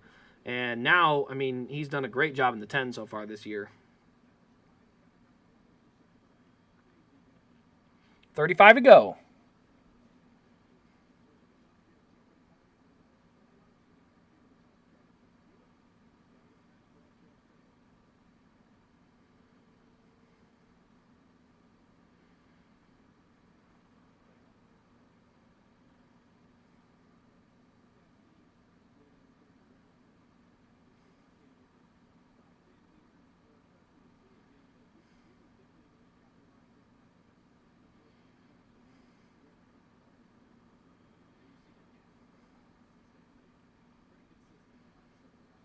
$33 to go. 1.3. Still the gap. Will we have a nematode incident? Maybe. He might be the car that gets lapped. Actually, John Hunter's running 20th.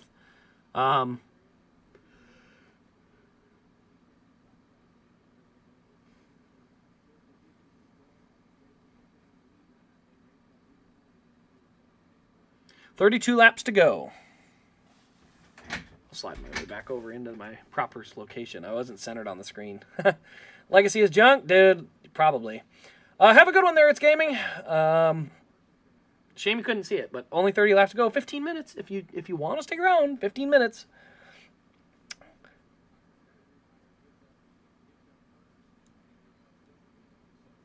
Should have had another top 5 at Texas. I mean, I know he was in an incident there, but I'm trying to remember Texas because late in that race, I don't think it would have been top 5. Top 10, though, I think. I don't remember that being a sure thing. Like, this is a sure thing. He holds on to the car and brings it to the finish. He should get a top 5. Maybe top 6. His car fell off on the long run so far, every run today. So if it falls off late in the run, he could get passed by probably Busch, Elliott, maybe Blaney. But the worst, if this thing goes green all the way out, the worst Noah should finish is 7th. The absolute worst. With cautions, as long as he doesn't get caught up in something, he'll still finish well. And if he gets the right timed caution with a good pit stop, he could win this race still. I'm not going to put it past him. Oh, he was 6th if everything cycles. That's right. He had a great run going. If the pit sequence doesn't happen. That's correct.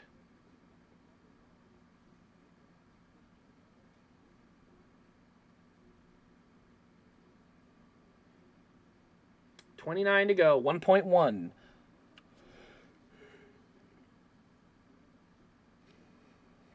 Oh, gosh, yeah. The 2013, 2014 M&M's cars for Kyle Busch were beautiful. They just had so much color. They looked so good.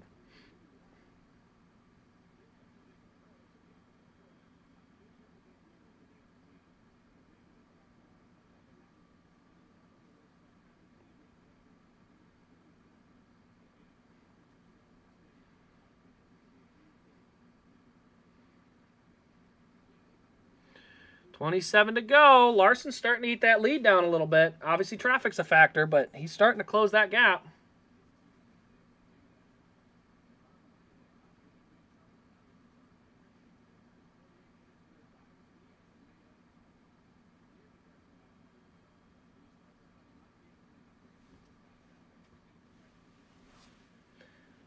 $26 to go.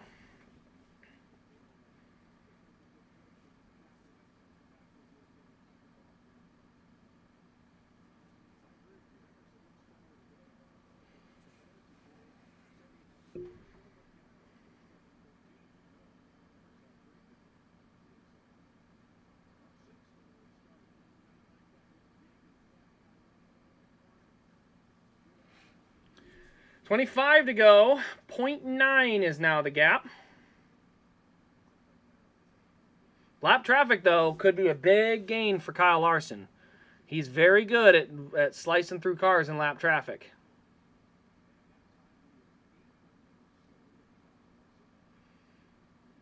Down to 0.8.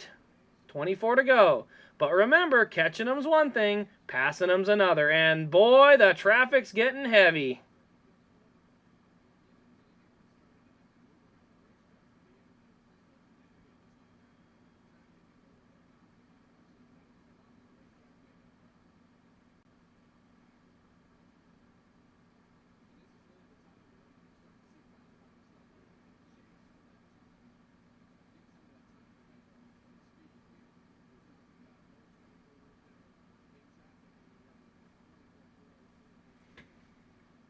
All right, now's the question. Now when this starts to really close in, where's Kyle Busch? He's got those fresh tires.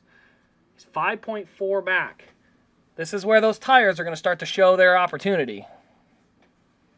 Dover in the next gen has actually been a pleasant surprise. I think Dover has been better in the next gen than the gen before. Not sure why, but for whatever reason, Dover has really been a nice surprise in the next gen era compared to the Gen 7 or Gen 6.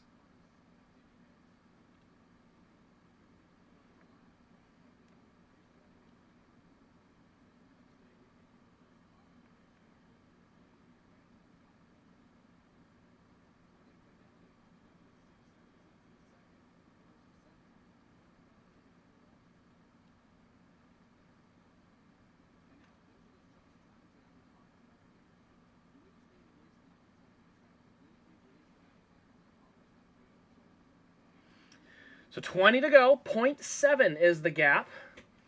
Don't really see any major closing in. What is Harrison Burton doing? He was trying to give, I think, Larson an opportunity to get by, and then it's going to cost him a spot. Maybe. I don't know if it's even going to cost him a spot. I know what he was trying to do. It just looked really ugly.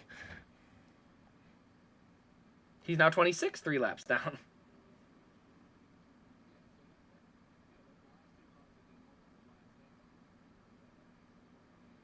Now, Suarez will be the first car he's going to battle that is not already a lap down. So Suarez has a motivation to try to stay on the lead lap. Problem is he can't hold the bottom right now. But Suarez, that will be what he wants to do. Question is, can he do it?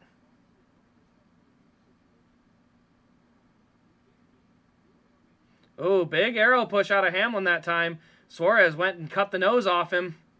Boy, this lead's going to shrink quick. Suarez just hanging out in the bottom lane.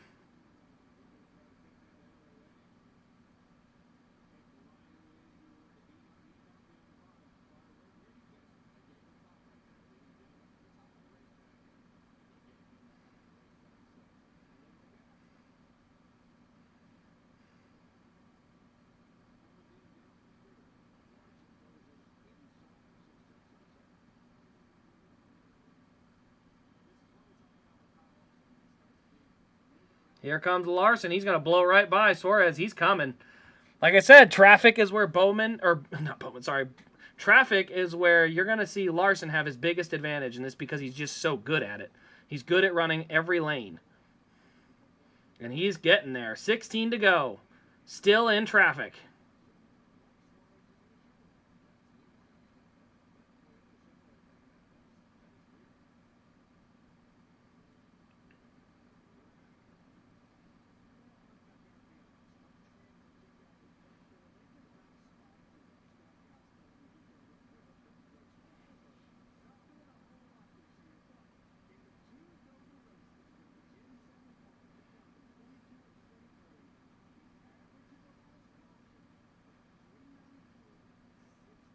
So late race yellows seem to be a trend. We'll see if that takes place today. 14 to go. 0.4 is the gap, but there's a lot more clean track now in front of Hamlin.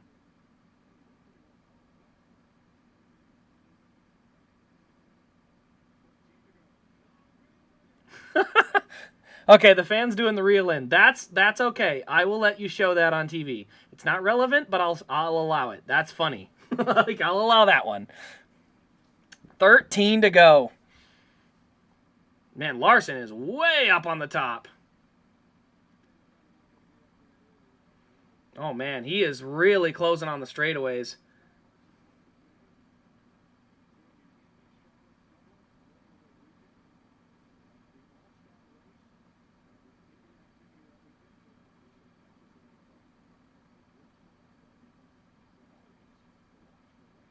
Oh, Zane, get out of the way.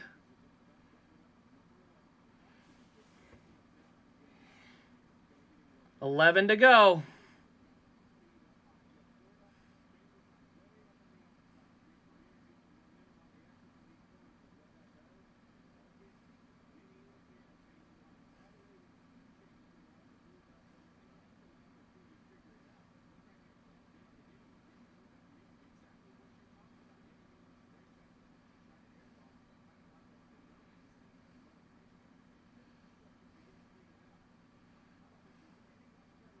$10 to go.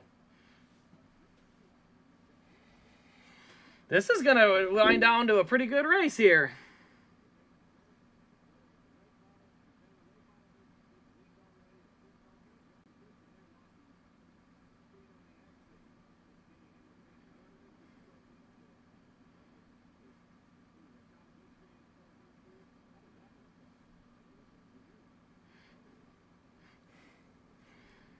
$9 to go. Brad Keselowski now on the high side. He's going to let him go. Oh, is he going to get in the way? No, he's going to hit the brake. He's going to make sure Kyle has a clean exit. There's a big gaggle, though, up ahead of him. This is where it's going to start becoming a factor. There's a big gaggle of about 5 cars coming up in front of these guys. Which lane will they choose? 8 to go.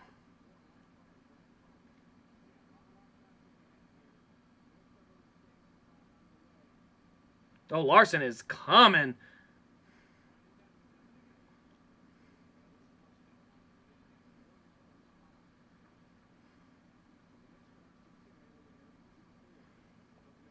This is going to be a good one. I mean, even if it just doesn't end super dramatically, it's been a good race. Did a good job getting out of the way, Justin Haley did. Oh, man, it's a car length and a half. It is a car length and a half. 6 to go.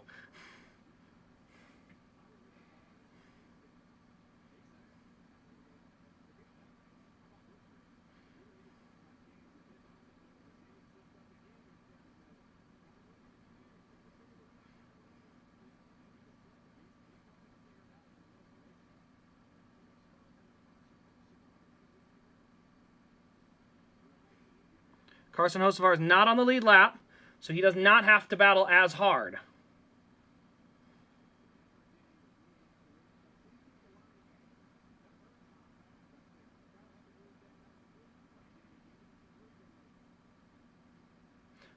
Four to go.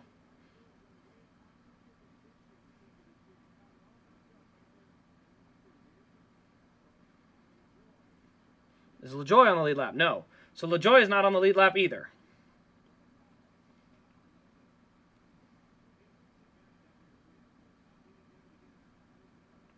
3 to go.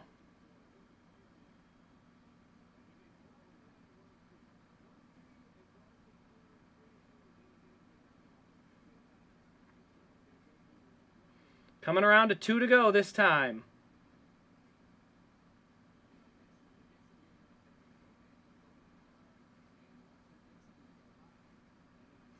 Two to go this time. Any lap traffic. There's a car low. Oh, John Hunter needs to just get out of the way. They'll go to the white flag this time by.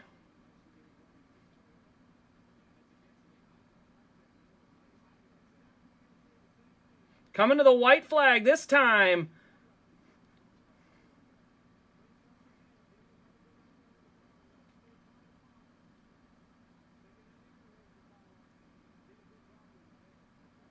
Send it low. Send it low, Larson. Slide job it.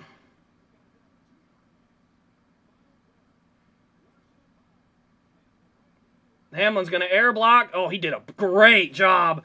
Low, high, low. He blocked the air so well there. Denny Hamlin brings home the win at Dover in the all-new Mavis tire scheme with the white. I love the way that looks. And then we have Larson, Truex, Kyle Busch rallies for a P4, Elliott top 5. Noah Gragson does fall to P6. I said that was probably possible with the way that his car was running towards the end of the race. Ryan Blaney, Alex Bowman, Daniel Hemrick, and Ty Gibbs rounding out your top 10. It was a Hendrick and Joe Gibbs battle all day. Kyle Busch ran very respectable, but you obviously know if he had the right car, he probably has that race won. But RCR has got a lot of work to do. So good race overall. Like I said, big run for Noah Gragson there. That's a huge, huge run for him today. Oh, he hit the wall.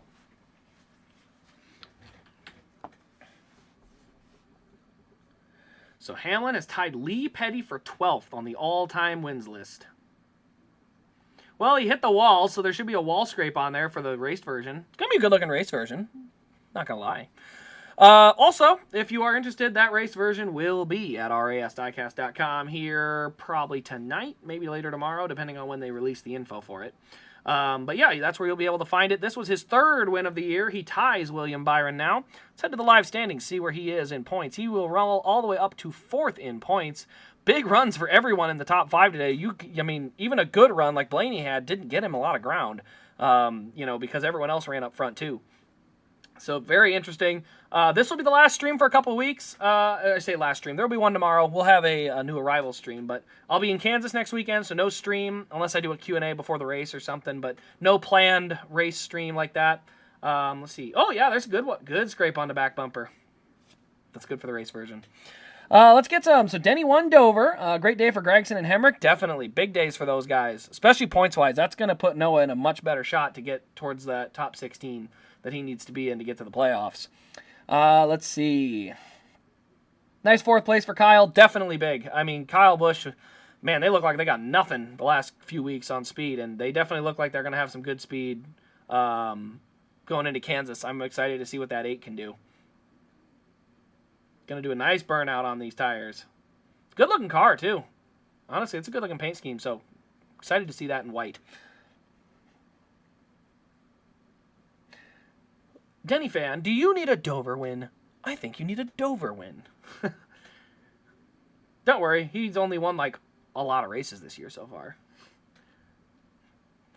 But anyway, guys, that'll pretty much wrap up the stream. Denny's still doing celebrations, still hasn't gotten out of the car yet. Nope, still not done yet. Now he is.